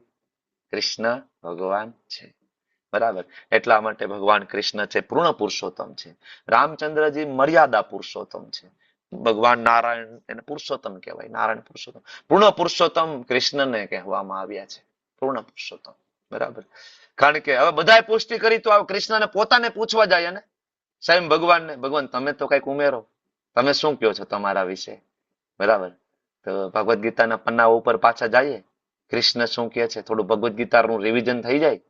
કૃષ્ણ કહે છે કે મારો જન્મ અને મારું કર્મ, જન્મ કર્મ ચમે દિવ્યમ એવમ યો વેતિ તત્વતઃ ત્યક્તા દેહમ પુનર્જન્મ નૈતિ મામેતિ સોર્જુન. બરાબર. હે અર્જુન, મારો જન્મ અને મારો કર્મ દિવ્ય છે, મને જાણી લો ને મારા ધામમાં આવી જાઓ. યદ ગત્વા ન નિવર્તન્તે તદ ધામમ પરમમ, એ ધામ મારું છે, supreme abode of the lord. Golok ધામ કૃષ્ણનું છે અને કૃષ્ણના ધામમાં ગયા પછી જ તમે પાછા નહીં આવો. વૈકુંઠ કૃષ્ણનું છે, એના સિવાય તમે કોઈ પણની ભક્તિ કરશો, કોઈ પણ દેવી દેવતાઓની ભક્તિ કરશો, યાંતિ દેવવ્રતા દેવાન પિતૃન યાંતિ પિતૃવ્રતા ભૂતાની યાંતિ ભૂતેજ્યા યાંતિ મધ્યાજીનો અપી મામ. 9મા અધ્યાયનો શ્લોક છે ભગવદ્ ગીતાનો, તમે લોકો શોધી લેજો. આ શ્લોક બહુ દીવા જેવો છે કે કોની ભક્તિ કરવી જોઈએ, નહીતર આપણે ફસાઈ જઈશું, ફસાઈ જઈશું. જો આપણે આ સમજવાની કોશિશ નહીં કરીએ તો આખી જિંદગી આપણને એવું લાગશે કે હું ભક્તિ કરું છું, પણ ભક્તિ કર્યા પછી સ્વર્ગમાં જઈને કદાચ બેસી જાય તો ફાયદો કઈ નહીં મળે. ક્ષીણે પુણ્યે મૃત્યુ લોકમ વિશંતિ, પાછા પડી જઈશું, પછી નરકમાં જતા રહેશું વાયા મીડિયા, ફાયદો કઈ નહીં થાય. એટલે મનુષ્ય જન્મ તમને મળ્યો છે અથા તો બ્રહ્મ જિજ્ઞાસા પ્રશ્નનો જવાબ માટે. હું કોણ છું, ભગવાન કોણ છે અને મારો ભગવાન સાથેનો શું સંબંધ છે. ગુહ્ય, ગુહ્યતર અને ગુહ્યતમ. લેવલ 1 ભણીએ એમાં જવાબ મળી ગયો હતો ને, ગુહ્ય, ગુહ્યતર, ગુહ્યતમ. બરાબર.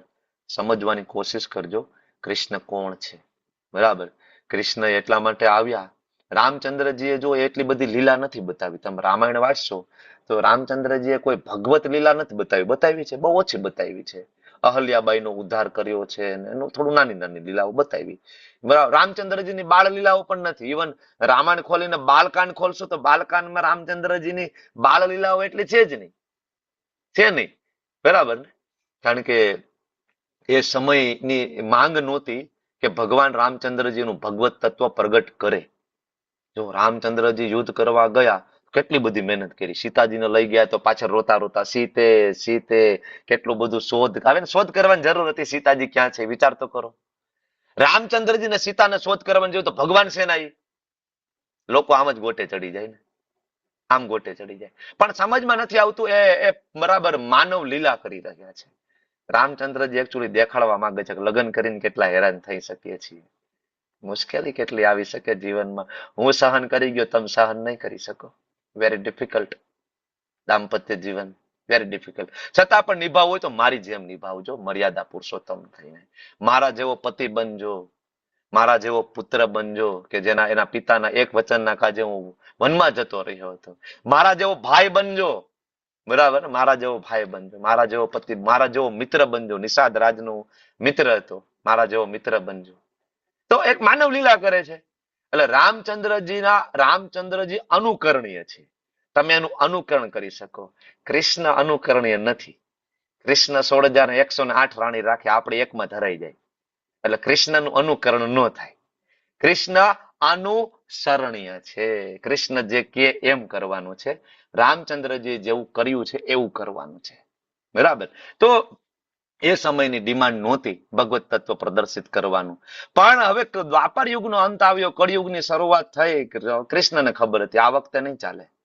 ગર્ભમાંથી જ કૃષ્ણએ ભગવત તત્વ પોતાનું પ્રદર્શિત કરવાનું ચાલુ કરી દીધું હતું કે હું જ ભગવાન છું.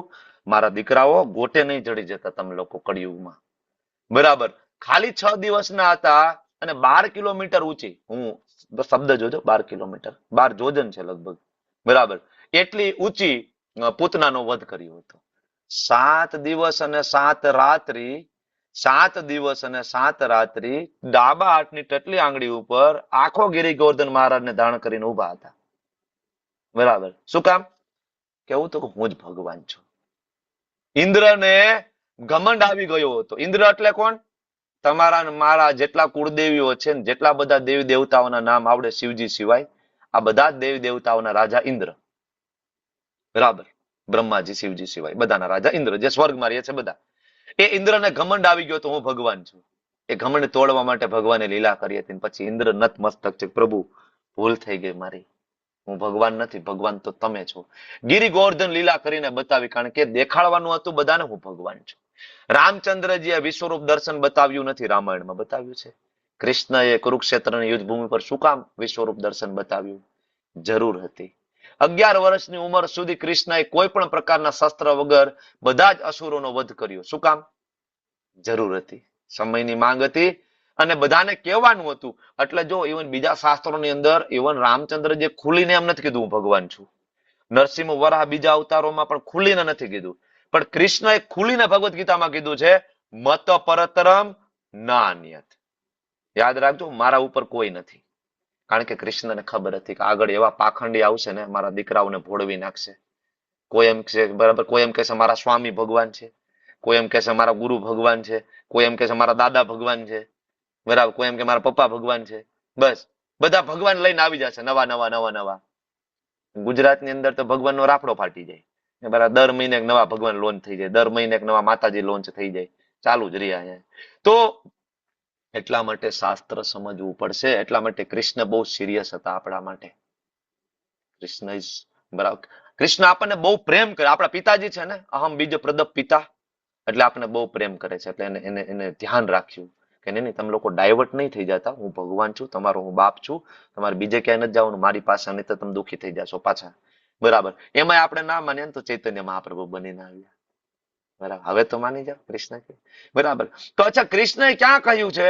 તો ભગવાને 5:29 માં કહ્યું, ભોક્તારમ યજ્ઞ તપસા સર્વ લોક મહેશ્વરમ. હું છું ભાઈ સર્વ લોક મહેશ્વરમ, હું છું. બીજા બધા બરાબર એના કેરટેકર છે. શિવજી ત્યાં બિરાજમાન છે કૈલાસ ઉપર, પણ ભગવાન કે લોક મહેશ્વરમ હું છું.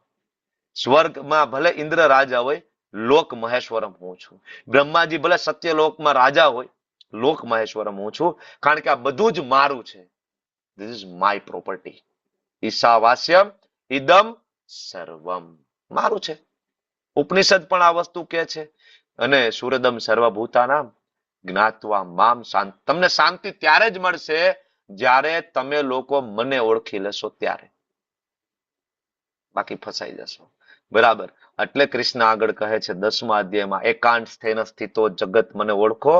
હું તો ખાલી મારા એક અંશથી આખા જગતને ધારણ કરી શકું છું. હું તમારો પિતા છું. બરાબર, તમે મારા બાળકો છો. ખોટી જગ્યાએ તમે હેરાન નહીં થતા. બરાબર. તો હવે આપણને બધાને પ્રશ્ન થાય કે વિષ્ણુમાંથી કૃષ્ણ આવે કે કૃષ્ણમાંથી વિષ્ણુ આવે. આના ઉપર લાંબી ચર્ચા થઈ ગઈ છે, પ્રશ્ન જવાબમાં થઈ ગઈ છે ને 11મા અધ્યાય લેવલ 1 માં થઈ ગઈ છે. બરાબર.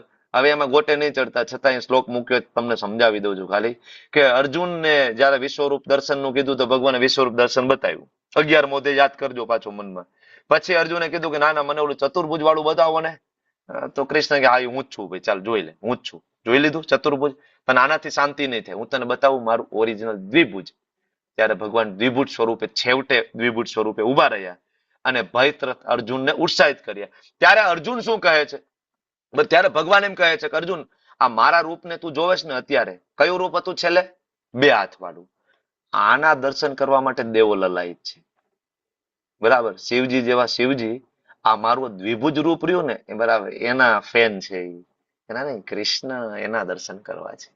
બરાબર. કેમ થશે ભાઈ કૃષ્ણના દર્શન? દ્વિભુજના દર્શન કરવા છે. બરાબર. હવે આ જ વસ્તુ ભીષ્મદેવ પણ કહે છે. ભીષ્મદેવ જયારે સૈયા ઉપર, બાણ સૈયા ઉપર સૂતા છે, ભગવાન કૃષ્ણ આવીને બેઠા છે, જોયું? બરાબર. બધાની વચ્ચે આજુબાજુમાં પાંડવો, યુધિષ્ઠિર મહારાજ ને બધા બેઠા છે. ત્યારે ભીષ્મદેવ શું કે છે ખબર છે? આ બધાને ઉદ્દેશીને ભીષ્મદેવ કહે છે, એસવે ભગવાન સાક્ષાત આદ્યો નારાયણ પુમાન મોહયન માયયા લોકમ ગુઢશ્ચરતી વૃષણીસુ. તમને શું લાગે? તમારી બાજુમાં બેઠા કૃષ્ણ તમારા મામા દીકરા લાગે તમને? તમે ભાઈ મામા ફૂઈના ભાઈ હોય એવું લાગે છે? મોહયન માયયા લોકમ, આખા જગતને આ મોહ પમાડે છે. પણ હું આને ઓળખું છું. આ આદ્યો નારાયણ છે. આ આદ્યો નારાયણ એટલે નારાયણ જે છે, જેટલા વિષ્ણુ પણ છે એના પણ મૂળ વિષ્ણુ એટલે કે કૃષ્ણ. કૃષ્ણનું જ બીજું નામ વિષ્ણુ છે. કૃષ્ણનું બીજું નામ વિષ્ણુ, એને આદિ વિષ્ણુ તરીકે ઓળખવામાં આવે છે. કારણ કે બધા વિષ્ણુ જેમાંથી આવે ને એને આદિ વિષ્ણુ કહેવાય. તો કોણ છે? એટલે કે છે આદ્યો નારાયણ છે. ભૂલ નહીં કરતા, એ છલિયા છે. તમને એવું લાગે બાજુમાં શાંતિથી આમ બેઠા છે ગંભીર થઈને, અને તમને એમ લાગે કે સામાન્ય છે, મને સાંભળવા આવ્યા છે. એ સાક્ષાત જ ભગવાન છે. એ પોતે જ નારાયણ છે. અને બસ એ મને દર્શન આપવા આવ્યા છે, કારણ કે મારે શરીર છોડવાનું છે. બાકીની તો સ્તુતિ યાદ છે ને, ભીષ્મ સ્તુતિ લેવલ 1 માં ભીષ્મદેવનું કેવી રીતના શરીર છૂટ્યું આપણે વાત કરી હતી ને, ડિટેલમાં નથી જવું, બરાબર ને? તો એટલા માટે ભગવાન ભગવદ્ ગીતામાં કહે છે, ભક્ત્યા તું અનન્યા શક્ય, માત્ર ભક્તિ વડે મને જાણી શકાશે, બીજો કોઈ રસ્તો નથી, કોઈ રસ્તો નથી. બરાબર. એટલે ભગવાને કીધું તું 7.7મો શ્લોક રહ્યો ને, દીવા જેવો શ્લોક છે. ને ઘણા બધા અમુક જે ફેક સંપ્રદાય છે ને, ફેક અપ સંપ્રદાય કહેવાય, એ બધાને આ શ્લોકથી પેટમાં દુખાવવું પડે છે. બરાબર. કારણ કે આ શ્લોકમાં કૃષ્ણ એમ કહે છે, મત પરતમ નાન્યત, મારા ઉપર કોઈ નહીં, મારા ઉપર કોઈ નહીં, આઈ એમ અનાદિ, મારા માતા પિતા કોઈ નથી, મારા ઉપર કોઈ દેવ દેવતાઓ નથી, શિવજી બ્રહ્માજી કોઈ નથી, બધા મારા પાછળ આવ્યા છે, મેં બધાને ઉત્પન્ન કર્યા છે. હવે જયારે આ વાત થાય ને એટલે બધાને પેટમાં દુખે. કૃષ્ણ જ કેમ ભગવાન? ભાઈ ભગવાન તો અમારા સ્વામી છે, ભગવાન અમારા ગુરુ છે. એટલે એ લોકો ભગવદ્ ગીતાને મિસ ઇન્ટરપ્રેટ કરે છે, ખોટું ભાષ્ય લખીને આપે છે, અનુવાદ ખોટો લખીને આપે છે ભગવદ્ ગીતામાં. એટલે યાદ રાખજો, ભગવદ્ ગીતા માત્ર ને માત્ર ઓથેન્ટિક પરંપરાની હોય એ જ વાંચવી જોઈએ. બાકી 1000 પ્રકારની ભગવદ્ ગીતા બજારમાં છે. તમને આ એકેય વસ્તુ સમજાવવાના નથી કે કૃષ્ણ પૂર્ણ પુરુષોત્તમ ભગવાન છે, રામ ભગવાન છે, નહીં સમજાવે આપણને. બરાબર. એ ધીમે ધીમે એના ખોટા મત પથમાં લઈ જશે. હું તમને આ સલાહ આપું છું, હું તમને ઇસ્કોનમાં જોડવા માટે સલાહ નથી આપતો. અત્યાર સુધી મેં તમને કહ્યું તમે ઇસ્કોનમાં જોડાવ, ના જોડાવ, તમે રામ અને કૃષ્ણની ભક્તિ કરો. ઉદ્દેશ્ય એટલો જ હતો અમારા ગુરુ મહારાજનો, શ્રી પ્રભુપાદજીનો, બરાબર, કે આખા જગતની અંદર રામ કૃષ્ણની ભક્તિનો પ્રચાર કરો, લોકોને ભ્રમમાંથી બહાર કાઢવા. બરાબર. કારણ કે આ શ્લોકની અંદર મત પરતરમ ના અન્યત, મયી સર્વમ, હું, મત એટલે મારું. ઘણા એમ કે મારું લખ્યું ને એટલે કૃષ્ણ નહીં, કૃષ્ણની અંદર કાલ ઘૂસી ગયો હતો, કૃષ્ણની અંદર કોઈ કે શિવ બાબા ઘૂસી ગયા હતા, અલગ સંપ્રદાય વાળા. કેમ ભાઈ શિવ બાબાની બાજુમાં ક્યાંય સોફા સેટ ના મળ્યો ને બેન બોલી શકે ભગવદ્ ગીતા? કૃષ્ણની અંદર ઘૂસવાની શું જરૂર હતી ભાઈ? કાલને, પરમાત્માને, કૃષ્ણ, બરાબર, કાલ, પરમાત્મા, શિવ બાબા એટલા બધા પાવરફુલ હોય, બરાબર, કૃષ્ણના મોઢેથી શું કામ બોલવી હતી ભગવદ્ ગીતા? કૃષ્ણને કેવું હતું ને, કૃષ્ણ એક કામ કરો ને, આ બધા ઘોડાને થોડુંક નીણ નાખો. અને અર્જુન થોડાક ભ્રમિત થઈ ગયા છે, અર્જુન રોવે છે, અને હું થોડુંક ભગવદ્ ગીતાનું જ્ઞાન આપી દઉં બાજુમાં સોફા ઉપર બેસીને. કેમ ભાઈ કોઈ ના આપ્યું? આવી રીતના આપણને કોઈ સમજાવતું નથી ને. કારણ કે આ મત એટલે કૃષ્ણ છે ભાઈ. શું કામ ઇન્ટરપ્રેટ કરો છો ખોટી ભગવદ્ ગીતાને તમે લોકો? બરાબર. આવા લોકોથી આપણે બચવાનું છે. આ લોકો બધા ભગવાનના ઈર્ષાળુ છે, અને આ બધા જ કલીના એજન્ટ છે. કોના એજન્ટ છે? કલીના, કલિયુગના. તમને લાગશે ઉપર તિલક દેખાશે, સેફ્રોન કલરના કપડા દેખાશે, ગળામાં કંઠી દેખાશે, તમને લાગે સાધુ છે. એને પૂછો ભગવાન કોઈ? ભગવાન એ નથી. એટલે સમજવું કે આ રાવણ જેવી રીતના સાધુ બનીને આવ્યો હતો ને, બરાબર, જેવી રીતના સીતા માતાનું હરણ, આ એ બધાય છે, આપણને બધાને હરણ કરવા વાળા. સાધુ છે નહીં, સાધુતાનો દેખાવ કરી રહ્યા છે આ લોકો. કારણ કે સાધુ કોને કહેવાય? મહાત્મા કોને કહેવાય? મહાત્મા નસ્તુ મામ પાર્થ દેવીમ પ્રકૃતિમાં આશ્રિત ભજંત્યમ અનન્ય મનસો, જે મારું ભજન કરે અનન્ય મનથી, એ સાધુ, એ મહાત્મા. તો બિલકુલ ગોટાળે તમે લોકો નહીં ચડતા. આ પેલા 2 દિવસના જે સેશન રહ્યા ને, એ બહુ પાવરફુલ સેશન છે. સરસ મજાની પીપીટી ડિઝાઇન કરી છે. હવે કોઈ એમ કે કૃષ્ણ ભગવાન હોય ને તો એ પાલન કરતા પણ હોવા જોઈએ, સર્જન કરતા પણ હોવા જોઈએ, અને સહાર પણ એ કરતા હોવા જોઈએ. અમે તો બ્રહ્મા વિષ્ણુ મહેશને ઓળખીએ છીએ. બ્રહ્મા સર્જન કરે, વિષ્ણુ પાલન કરે, મહેશ સંહાર કરે. ત્યારે કૃષ્ણએ 9મા અધ્યાયના 18મા શ્લોકમાં કીધું છે બધું હું કરું છું. ગતિર ભરતા પ્રભુ સાક્ષી નિવાસ શરણમ સુહત પ્રભવ પ્રલય સ્થાનમ નિદાનમ બીજમ અવ્યયમ. ભાઈ હું જ છું, મને ઓળખી લો. પરમ લક્ષ્ય પાલન કરતા સ્વામી સાક્ષી બધું હું છું. અને સાંભળી લો, સર્જન કરનાર હું છું, પ્રલય કરનાર હું છું, અને આધાર એટલે કે પાલન કરનાર હું છું. હું જ બ્રહ્માને જ્ઞાન આપું છું, હું જ શિવજીને જ્ઞાન આપું છું સંહાર કરવાનું, અને હું જ વિષ્ણુ બનીને પાલન કરું છું. કારણ કે બ્રહ્મા, વિષ્ણુ ને મહેશ એ બીજું કોઈ નથી. એ ત્રણેય મારા ગુણા અવતાર છે. મારે સ્વયં આવવાની જરૂર નથી બ્રહ્માંડની અંદર. આ લોકો ત્રણેય મેનેજ કરી રહ્યા છે. 3 CEO રાખ્યા છે. જેમ ગઈકાલે આપણે વાત કરી હતી કે રાજકોટના રિલાયન્સના મોલમાં જાવ તો ત્યાં કાઉન્ટર ઉપર તમને મુકેશભાઈ અંબાણી નહીં જોવા મળે. ભાઈ મુકેશભાઈ ક્યાં?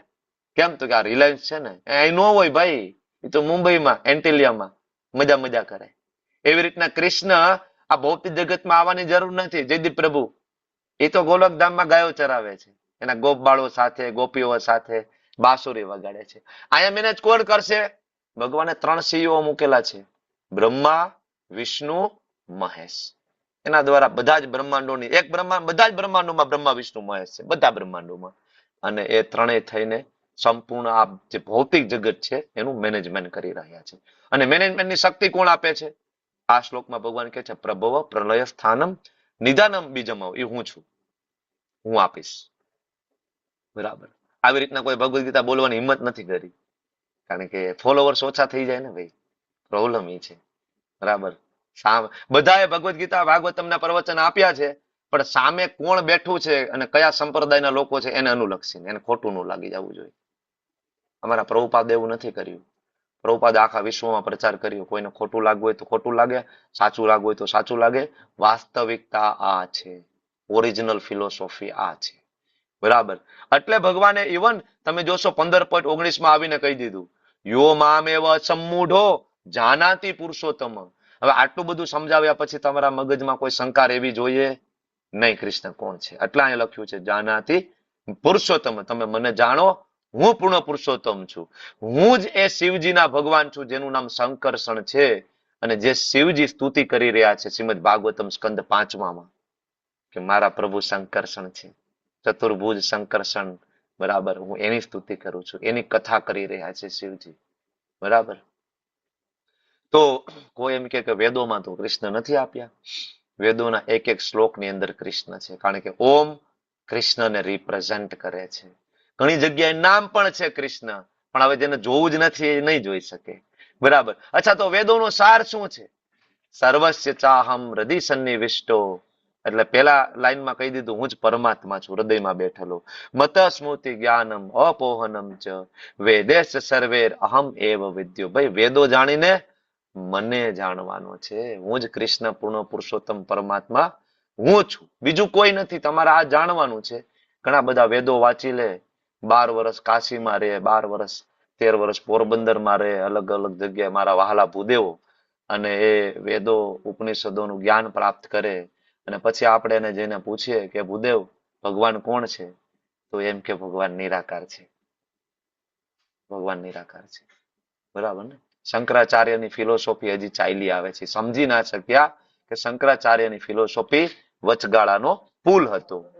બરાબર. બુદ્ધિઝમની જે ફિલોસોફી બૌદ્ધ જે લાવ્યા હતા, અને ચૈતન્ય મહાપ્રભુને જે વૈષ્ણવિઝમ એસ્ટાબ્લિશ કરવું હતું, એની વચ્ચે એક પુલ બનાવવાની જરૂર હતી.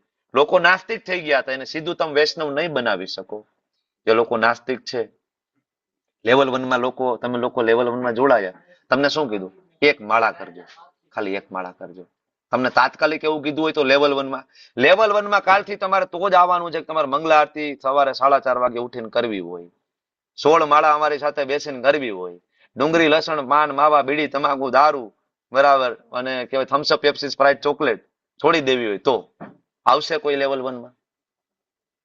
એ લેવલ 1 શું છે? લેવલ 1 છે બ્રિજ, પુલ છે. ધીમે ધીમે આગળ જાવ તો તમને ઓરિજિનલ વૈષ્ણવિઝમના સિદ્ધાંતો ખ્યાલ આવતા જાય. સેમ વે શંકરાચાર્ય આવ્યા અને શું કર્યું? એક વચ્ચે બ્રિજ બનાવ્યો કે આ નાસ્તિકોને એટલીસ્ટ પેલા વેદ તો માનતા થાય, પછી આને કૃષ્ણ આપશું. બરાબર. પછી આવશે રામાનુજાચાર્ય, બાકીનું કામ ઈ કરશે. મારો આદેશ તો મને આટલો જ આપ્યો છે પદ્મ પુરાણમાં. શિવજી પોતે માતા પાર્વતીને કહે છે ને, મને આદેશ આપ્યો છે, માયાવાદ અસત શાસ્ત્ર લઈને મારે મૂકી દેવાનું છે. ઓકે. એટલા માટે ઘણા બધા લોકો ભ્રમિત થઈ ગયા અને એને કન્ટિન્યુ રાખ્યું. જેવી રીતના પહેલા ધોરણમાં છોકરો હતો એ પહેલામાં જ રહ્યો, પછી એને કોઈ પૂછે ગણિત શું, તો કે ગણિત એટલે એકડે 1 ને બગડે 2. તો ભણવાનું છે આગળ 5મું 6મું 7મું 8મું 9મું 10મું, એમાં sin θ cos θ બધું આવશે. એમાં પાયથાગોરસનો સિદ્ધાંત આવશે. ગણિત એટલે ખાલી 100 એકડા જ નથી, આ એના જેવી વસ્તુ થઈ ગઈ આખી. બરાબર. તો વેદોની અંદર પણ છે. ગોપાલ તાપની ઉપનિષદ ખોલો, એની અંદર પણ લખ્યું છે, યો બ્રાહ્મણ વિદધાતિ પૂર્વ યો વે વેદાશ્ચ ગાપયાતિ સ્મ કૃષ્ણ. ઉપનિષદમાં ઘણી જગ્યાએ કૃષ્ણ લખેલું છે. બરાબર. અથર્વવેદનો ભાગ છે ગોપાલ તાપની. બરાબર. અથર્વવેદમાં લખ્યું છે બ્રહ્માજી, શિવજી બધાનો હું સ્ત્રોત છું. બરાબર. નારાયણ ઉપનિષદ તમે જોશો, વેદનો ભાગ, એમાં પણ લખ્યું છે. શું લખ્યું છે? નારાયણાદ બ્રહ્મા જાયતે, નારાયણાદ પ્રજાપતિ પ્રજાયતે, નારાયણાદ ઇન્દ્રો જાયતે, નારાયણાદ અષ્ટો વસો જાયંતે, નારાયણાદ એકાદશ રુદ્રો જાયતે. કોઈ એમ કે શિવજી ક્યાંથી આવ્યા? તો ખોલો ઉપનિષદ, લખ્યું છે નારાયણ માંથી આવે છે. કયા નારાયણ? શંકરસન. એમાંથી આવે છે, એનો ભાગ છે શંકરસન. ઓરિજિનલ શિવ જે છે વૈષ્ણવ છે, જેનું નામ સદાશિવ છે. સદાશિવ ભગવાનના ધામમાં બિરાજમાન છે, વિષ્ણુ તત્વ છે. બરાબર. પછી અહીંયા આવીને તમોગુણી લોકોનો ઉદ્ધાર કરવા માટે એ ફરીથી અર્ચના ચૌહાણ માતાજી, તમારે માઇક બંધ કરી દેજો પ્લીઝ. બરાબર. તો હજી આપણે આગળ જે વરાહ પુરાણમાં સેમ વસ્તુ, નારાયણ પરો દેવસ્તમ, તો ત્યાં પણ લખ્યું છે. બરાબર. કે બધા કેમાંથી આવે છે? બ્રહ્માજી, શિવજી બધા નારાયણમાંથી, કૃષ્ણમાંથી આવે છે. તો આ સમજવું પડશે. આગળ તમે ભક્તિ રસામૃત સિંધુ ભણશો ત્યારે તમને ખબર પડશે કે કૃષ્ણની અંદર 64 ગુણો છે. 64 ગુણો છે. ઇવન વિષ્ણુમાં 60 ગુણો જ છે. ભલે કૃષ્ણ અને વિષ્ણુમાં કોઈ તફાવત નથી, પણ કેટલા ગુણ છે? 60. શિવજીમાં 55 અને બ્રહ્માજીમાં 50 ગુણો છે. જીવ જયારે વૈષ્ણવિઝમ ભગવાનની ભક્તિ કરે તો એ 79% સુધીના ગુણો અર્જિત કરી શકે, ભગવાન જેટલા 79%. બરાબર. તો 64 ગુણો કૃષ્ણમાં છે. વિષ્ણુમાં 4 ગુણો નથી. કયા 4 ગુણો વિષ્ણુમાં નથી? પેલું લીલા વારીથી. વિષ્ણુ ભગવાનની લીલા કે જોવા નહીં મળે. જોઈ? વિષ્ણુ ભગવાન નાના હતા અને લીલા કરતા હતા. વિષ્ણુ ભગવાન ગોપીઓ આયરે હતા. આવું કે લખેલું? વિષ્ણુ ભગવાનની કોઈ લીલા ન હોય. કારણ કે વિષ્ણુ એ કૃષ્ણ જ છે, પણ ક્યાં બેઠા છે? ઓફિસમાં ગંભીર થઈને બેઠા છે. જજમેન્ટ સંભળાવવાનું છે. વૈજયંતી માલા, કૌસ્તુભ મણિ, શંખ ચક્ર ગદા પદ્મ. તો વિષ્ણુ ભગવાનની લીલા તમને નહીં જોવા. લીલા ઇવન રામચંદ્રજીની પણ એટલી પણ બરાબર નથી. આપણે જોયું ને રામાયણ, રામચરિતમાનસ જોશો તો એમાંય રામચંદ્રજીની બાલ લીલા હોય તમને નહીં મળે. શિવજીની લીલા કે સાંભળી છે? શિવજી નાના હતા, લીલા નો. એટલે કૃષ્ણને લીલા વારીધી કીધા છે ને, એટલા માટે બધા જ દેવી દેવતાઓ સ્વયં શિવજીથી લઈને બ્રહ્મા, ઇન્દ્ર આદિ શેની રાહ જોવે? કૃષ્ણ આવી રહ્યા છે. માતાના ગર્ભમાં હતા ને, દેવકીજીના ગર્ભમાં, ત્યારે આ બધા દેવી દેવતાઓ રોજ ત્યાં મથુરાની જેલમાં જઈ એવરી ડે બરાબર અમારા કૃષ્ણ આવી રહ્યા, અમારા કૃષ્ણ આવી રહ્યા છે. પછી કૃષ્ણ જયારે ગોકુલ જતા રહ્યા ને, તો ગોકુલ ને વૃંદાવનની સીમામાં એકચ્યુઅલી દેવી દેવતાઓને પ્રવેશ નથી, વિધાઉટ પરમિશન. માત્ર શિવજી એક પ્રવેશ કરી શકતા, બીજા કોઈ પ્રવેશ ના કરી શકતા હતા. એટલે એ બધા મથુરામાં આવીને દર્શન કરી લેતા હતા. બરાબર. તો પેલો ગુણ કયો? લીલા વારીધી, જે વિષ્ણુમાં નથી. બીજો ગુણ કયો? પ્રેમણા પ્રયાધિક્ય, મતલબ હંમેશા ભક્તોથી ઘેરાયેલા. તમે કોઈ દિવસ કૃષ્ણને એકલા નહીં જુઓ. કા બાજુમાં એમના ભક્ત શ્રીમતી રાધારાણી હશે, બરાબર, કા એના ભક્ત બાસુરી હશે, કા એના બરાબર ક્યાં ભક્ત મોર હશે, કા મોટા ભાગે તમે જોશો તો ગાય હશે, બરાબર, કાંઈની બાજુમાં સુદામા હશે. કૃષ્ણ એકલા ના હોય, હંમેશા ભક્તોથી ઘેરાયેલા. આ બીજો ગુણ. ત્રીજો ગુણ છે કૃષ્ણનો, જે વિષ્ણુમાં નથી, વેણુ માધુર્ય. કૃષ્ણ વેણુ વગાડે, વિષ્ણુ ભગવાન વેણુ વગાડે નથી. કૃષ્ણ જયારે વેણુ વગાડે ને, તો એ અવાજ જયારે કૈલાસમાં પહોંચે ને, તો શિવજી ઉભા થઈ જાય. શિવજીને એટલો આનંદ આવે ને, શિવજી બરાબર ત્યાં ચાલુ કરે. શિવજી બેસ્ટ ડાન્સર, ખબર છે ને તમને? Nataraj best dancer. Shivji dance કરવાનું ચાલુ કરે, બધા દેવી દેવતાઓ ભાગીને, ભગવાન તમે રહેવા દો તો સારું, ખાલી સાંભળો તો બરાબર. શું કામ? શિવજી નૃત્ય કરે નો મતલબ શું થયો? શિવજી ડાન્સ કરે એટલે પ્રલય આવી ગયો, ફિનિશ થઈ ગયું, બ્રહ્માંડનો કાર્યક્રમ પૂરો થઈ ગયો. એટલે ભગવાન જયારે વેણુ વગાડતા તો દેવી દેવતાઓ એમ પણ ડરી જતા હતા. શિવજી મોહિત થઈ ગયા, શિવજી ડાન્સ કરવા લાગ્યા તો અમારું તો આવી બનશે. ઇન્દ્રનું સિંહાસન ડોલવા મળે, તરત રિક્વેસ્ટ ચાલુ થઈ ગઈ. જો ફોન કરી દેજો, એક મેસેજ SMS નાખી દેજો તમે બ્રહ્માજીને. બરાબર. તો વેણુ માધુર્ય, બરાબર. અને આગળ રૂપા માધુર્ય, વેરી બ્યુટીફુલ. કંદર્પ કોમળ, બરાબર, કંદર્પ કોટી કમનીય વિશેષ શોભ. કૃષ્ણ ઇવન વિષ્ણુ કરતા પણ વધારે સુંદર છે, ભલે બે એક ના એક છે તોય. શું કામ? લક્ષ્મીજી ઇવન કૃષ્ણની સુંદરતાથી મોહિત થઈ જાય છે. લક્ષ્મીજી તો વિષ્ણુના પત્ની છે ને, તો કૃષ્ણથી એ મોહિત થઈ જાય છે. અને આજે પણ એ શ્રીવનની અંદર તપશ્ચર્યા કરી રહ્યા છે. આઈ વુડ મારે એન્ટર થવું છે રાસલીલામાં. શિવજી આવ્યા હતા ને, શિવજીએ કીધું ભાઈ મને એન્ટ્રી આપશો ભાઈ, ક્યાં મળશે પાસ? ગોપીઓ કે એમાં પાસ નહીં, તમારે ગોપી બનવું પડશે, આનો પાસ ના હોય. તો કે શું કરવાનું? યમુનાજીમાં ડૂબકી મારીને આવા સાપ ને બધું સાઈડમાં મૂકી દો, આ બધા એમાં એન્ટ્રી નહીં થાય, ગોપી બનીને આવો તો જ. શિવજી કે કાંઈ વાંધો નહીં. આ જ વસ્તુ જયારે લક્ષ્મીજી આવ્યા ને, બરાબર, તો ગોપીઓને પૂછ્યું કે તમારે ગોપી બનવું પડે. ગોપી બનવું મતલબ વાસીદા કરવાના, બરાબર. હવે લક્ષ્મીજી કે ભાઈ હું મોટા ઘરની દીકરી, આ બધું ના ફાવે, વાસીદું કરવું ને ગાયું નું છાણ ને પોદરા ને બધું ઉપાડવું ને, બરાબર, એ નહીં ફાવે. તો કે તો એન્ટ્રી તો ગોપી વગર તમને એન્ટ્રી ઐશ્વર્યથી તમને નહીં મળે. તો કે તો હું બીજો રસ્તો અપનાવું. તો કે તો કરો. શ્રીવનમાં જાય ને આજે પણ તપશ્ચર્યા કરે. આજ સુધી લક્ષ્મીજીને એન્ટ્રી નથી મળી. શાસ્ત્રમાં પ્રમાણ છે ભાગવતમની અંદર, જ્યારે કાલિયા દમનની જે લીલા થઈ ને ભાગવતમમાં, એમાં કાલિયા દમનમાં છેલ્લે બરાબર એની પત્નીઓ આવી. કોની? કાલિયાની. એ પત્નીઓ આ ચર્ચા કરી રહી છે ભાગવતમની અંદર, બરાબર. તો કૃષ્ણમાં 4 ગુણ છે, એટલા માટે કૃષ્ણ છે પરમ ભગવાન છે, supreme personality of God, it is Krishna, બરાબર ને. બધા તારણો છે, બરાબર. ભગવાન માનવ સ્વરૂપમાં આવે, આપણને એવું લાગે ઇઝ નોટ અ મેન, આપણા જેવા માણસ નથી એ, બરાબર. લીલા કરી રહ્યા છે. બધા જ દેવતાઓ કૃષ્ણને આધીન છે. કૃષ્ણ પાસે 6 ઐશ્વર્ય છે, હંમેશા ભક્તોથી ઘેરાયેલા છે, જન્મ કર્મ એના દિવ્ય છે, બરાબર. 4 ગુણો ઇવન વિષ્ણુમાં ગેરહાજર છે, કૃષ્ણમાં છે, કારણ કે બધાના મૂળ છે એટલા માટે, બરાબર. તો સમજવાની કોશિશ કરો તમે. આ જે 2 દિવસની ચર્ચા અને આ વિષય કે જે આપણો ભગવાન પ્રત્યેનો પ્રેમ, ભગવાન પ્રત્યેની શ્રદ્ધા વધારે, એના થોડાક પીપીટીસ તમારી સાથે શેર કર્યા. હવે અહીંથી 1લો અધ્યાય શરૂઆત થાય. તમને બધાને ખ્યાલ છે આ પ્રસંગ કયો છે, બરાબર. અર્જુન દુર્યોધન ભગવાન પાસે ગયા. લેવલ 1 માં આપણે આ ચર્ચા કરી હતી, બરાબર ને. અને ભગવાને કીધું ભાઈ એક બાજુ હું નિશસ્ત્ર અને એક બાજુ મારી નારાયણ સેના, બોલો 2 માં શું જોઈએ છે, બરાબર. અર્જુન પહેલો ચાન્સ તને, કારણ કે પેલા મેં તને જોયો છે. અર્જુન કે તમે નિશસ્ત્ર. દુર્યોધન કે વાંધો નહીં, તો મને આપી દો નારાયણ સેના. ભગવાન જો બધાની ઈચ્છા પૂરી કરે છે, દુર્યોધનની પણ ઈચ્છા પૂરી કરી. એને શું જોતું હતું? નારાયણ સેના. ભગવાન આપી દીધી ને. એટલે આના ઉપરથી ખબર પડે ભગવાન કોઈનો પક્ષપાત કરતા નથી. ભગવાન અસુરોને આપે છે ને ઓક્સિજન, હવા, પાણી, ખાવા પીવાનું, બરાબર. સૂર્યદેવને એવું બરાબર ભગવાન ઓર્ડર આપ્યો, અસુરોના ઘરે બરાબર તમારે પ્રકાશ પાથરવાનો નથી, ત્યાં અંધારું રહેવું જોઈએ. મારો ઓર્ડર, મારા ભક્તો હોય ને એના ઘરમાં પ્રકાશ થવો જોઈએ. આ ઓર્ડર આપ્યો છે? નહીં ભાઈ, બધે પ્રકાશ. ઓક્સિજન ને એવું કીધું, અસુરોના ઘરમાં નહીં જતો ભાઈ, એ ભલે ગુંડાઈને મરી જતા બધા, બરાબર. ના, એ બધી જગ્યાએ જાજો, બધા મારા બાળકો છે, ભલે મને અત્યારે ભૂલીને બેઠા છે. ભગવાન કોઈનો પક્ષપાત કરતા નથી. એટલે ભગવદ્ ગીતા બરાબર સમજવાની કોશિશ કરો. પેલા 6 અધ્યાય કર્મયોગ, વચ્ચેના 6 અધ્યાય ભક્તિ યોગના છે. ભગવદ્ ગીતાનો સાર કર્મયોગ નથી. ભગવદ્ ગીતાનો સાર કર્મની વાધિકા રસ્તે મા ફલે સુકદાચનમ નથી. ભગવદ્ ગીતાનો સાર મન મના ભવ મદ ભક્તો મધ્યાજી મામ નમસ્કુરુ છે. ભગવદ્ ગીતાનો સાર સર્વ ધર્માન પરિત્યજ્ય મામ એકમ શરણમ વ્રજ. આ શ્લોકો છે.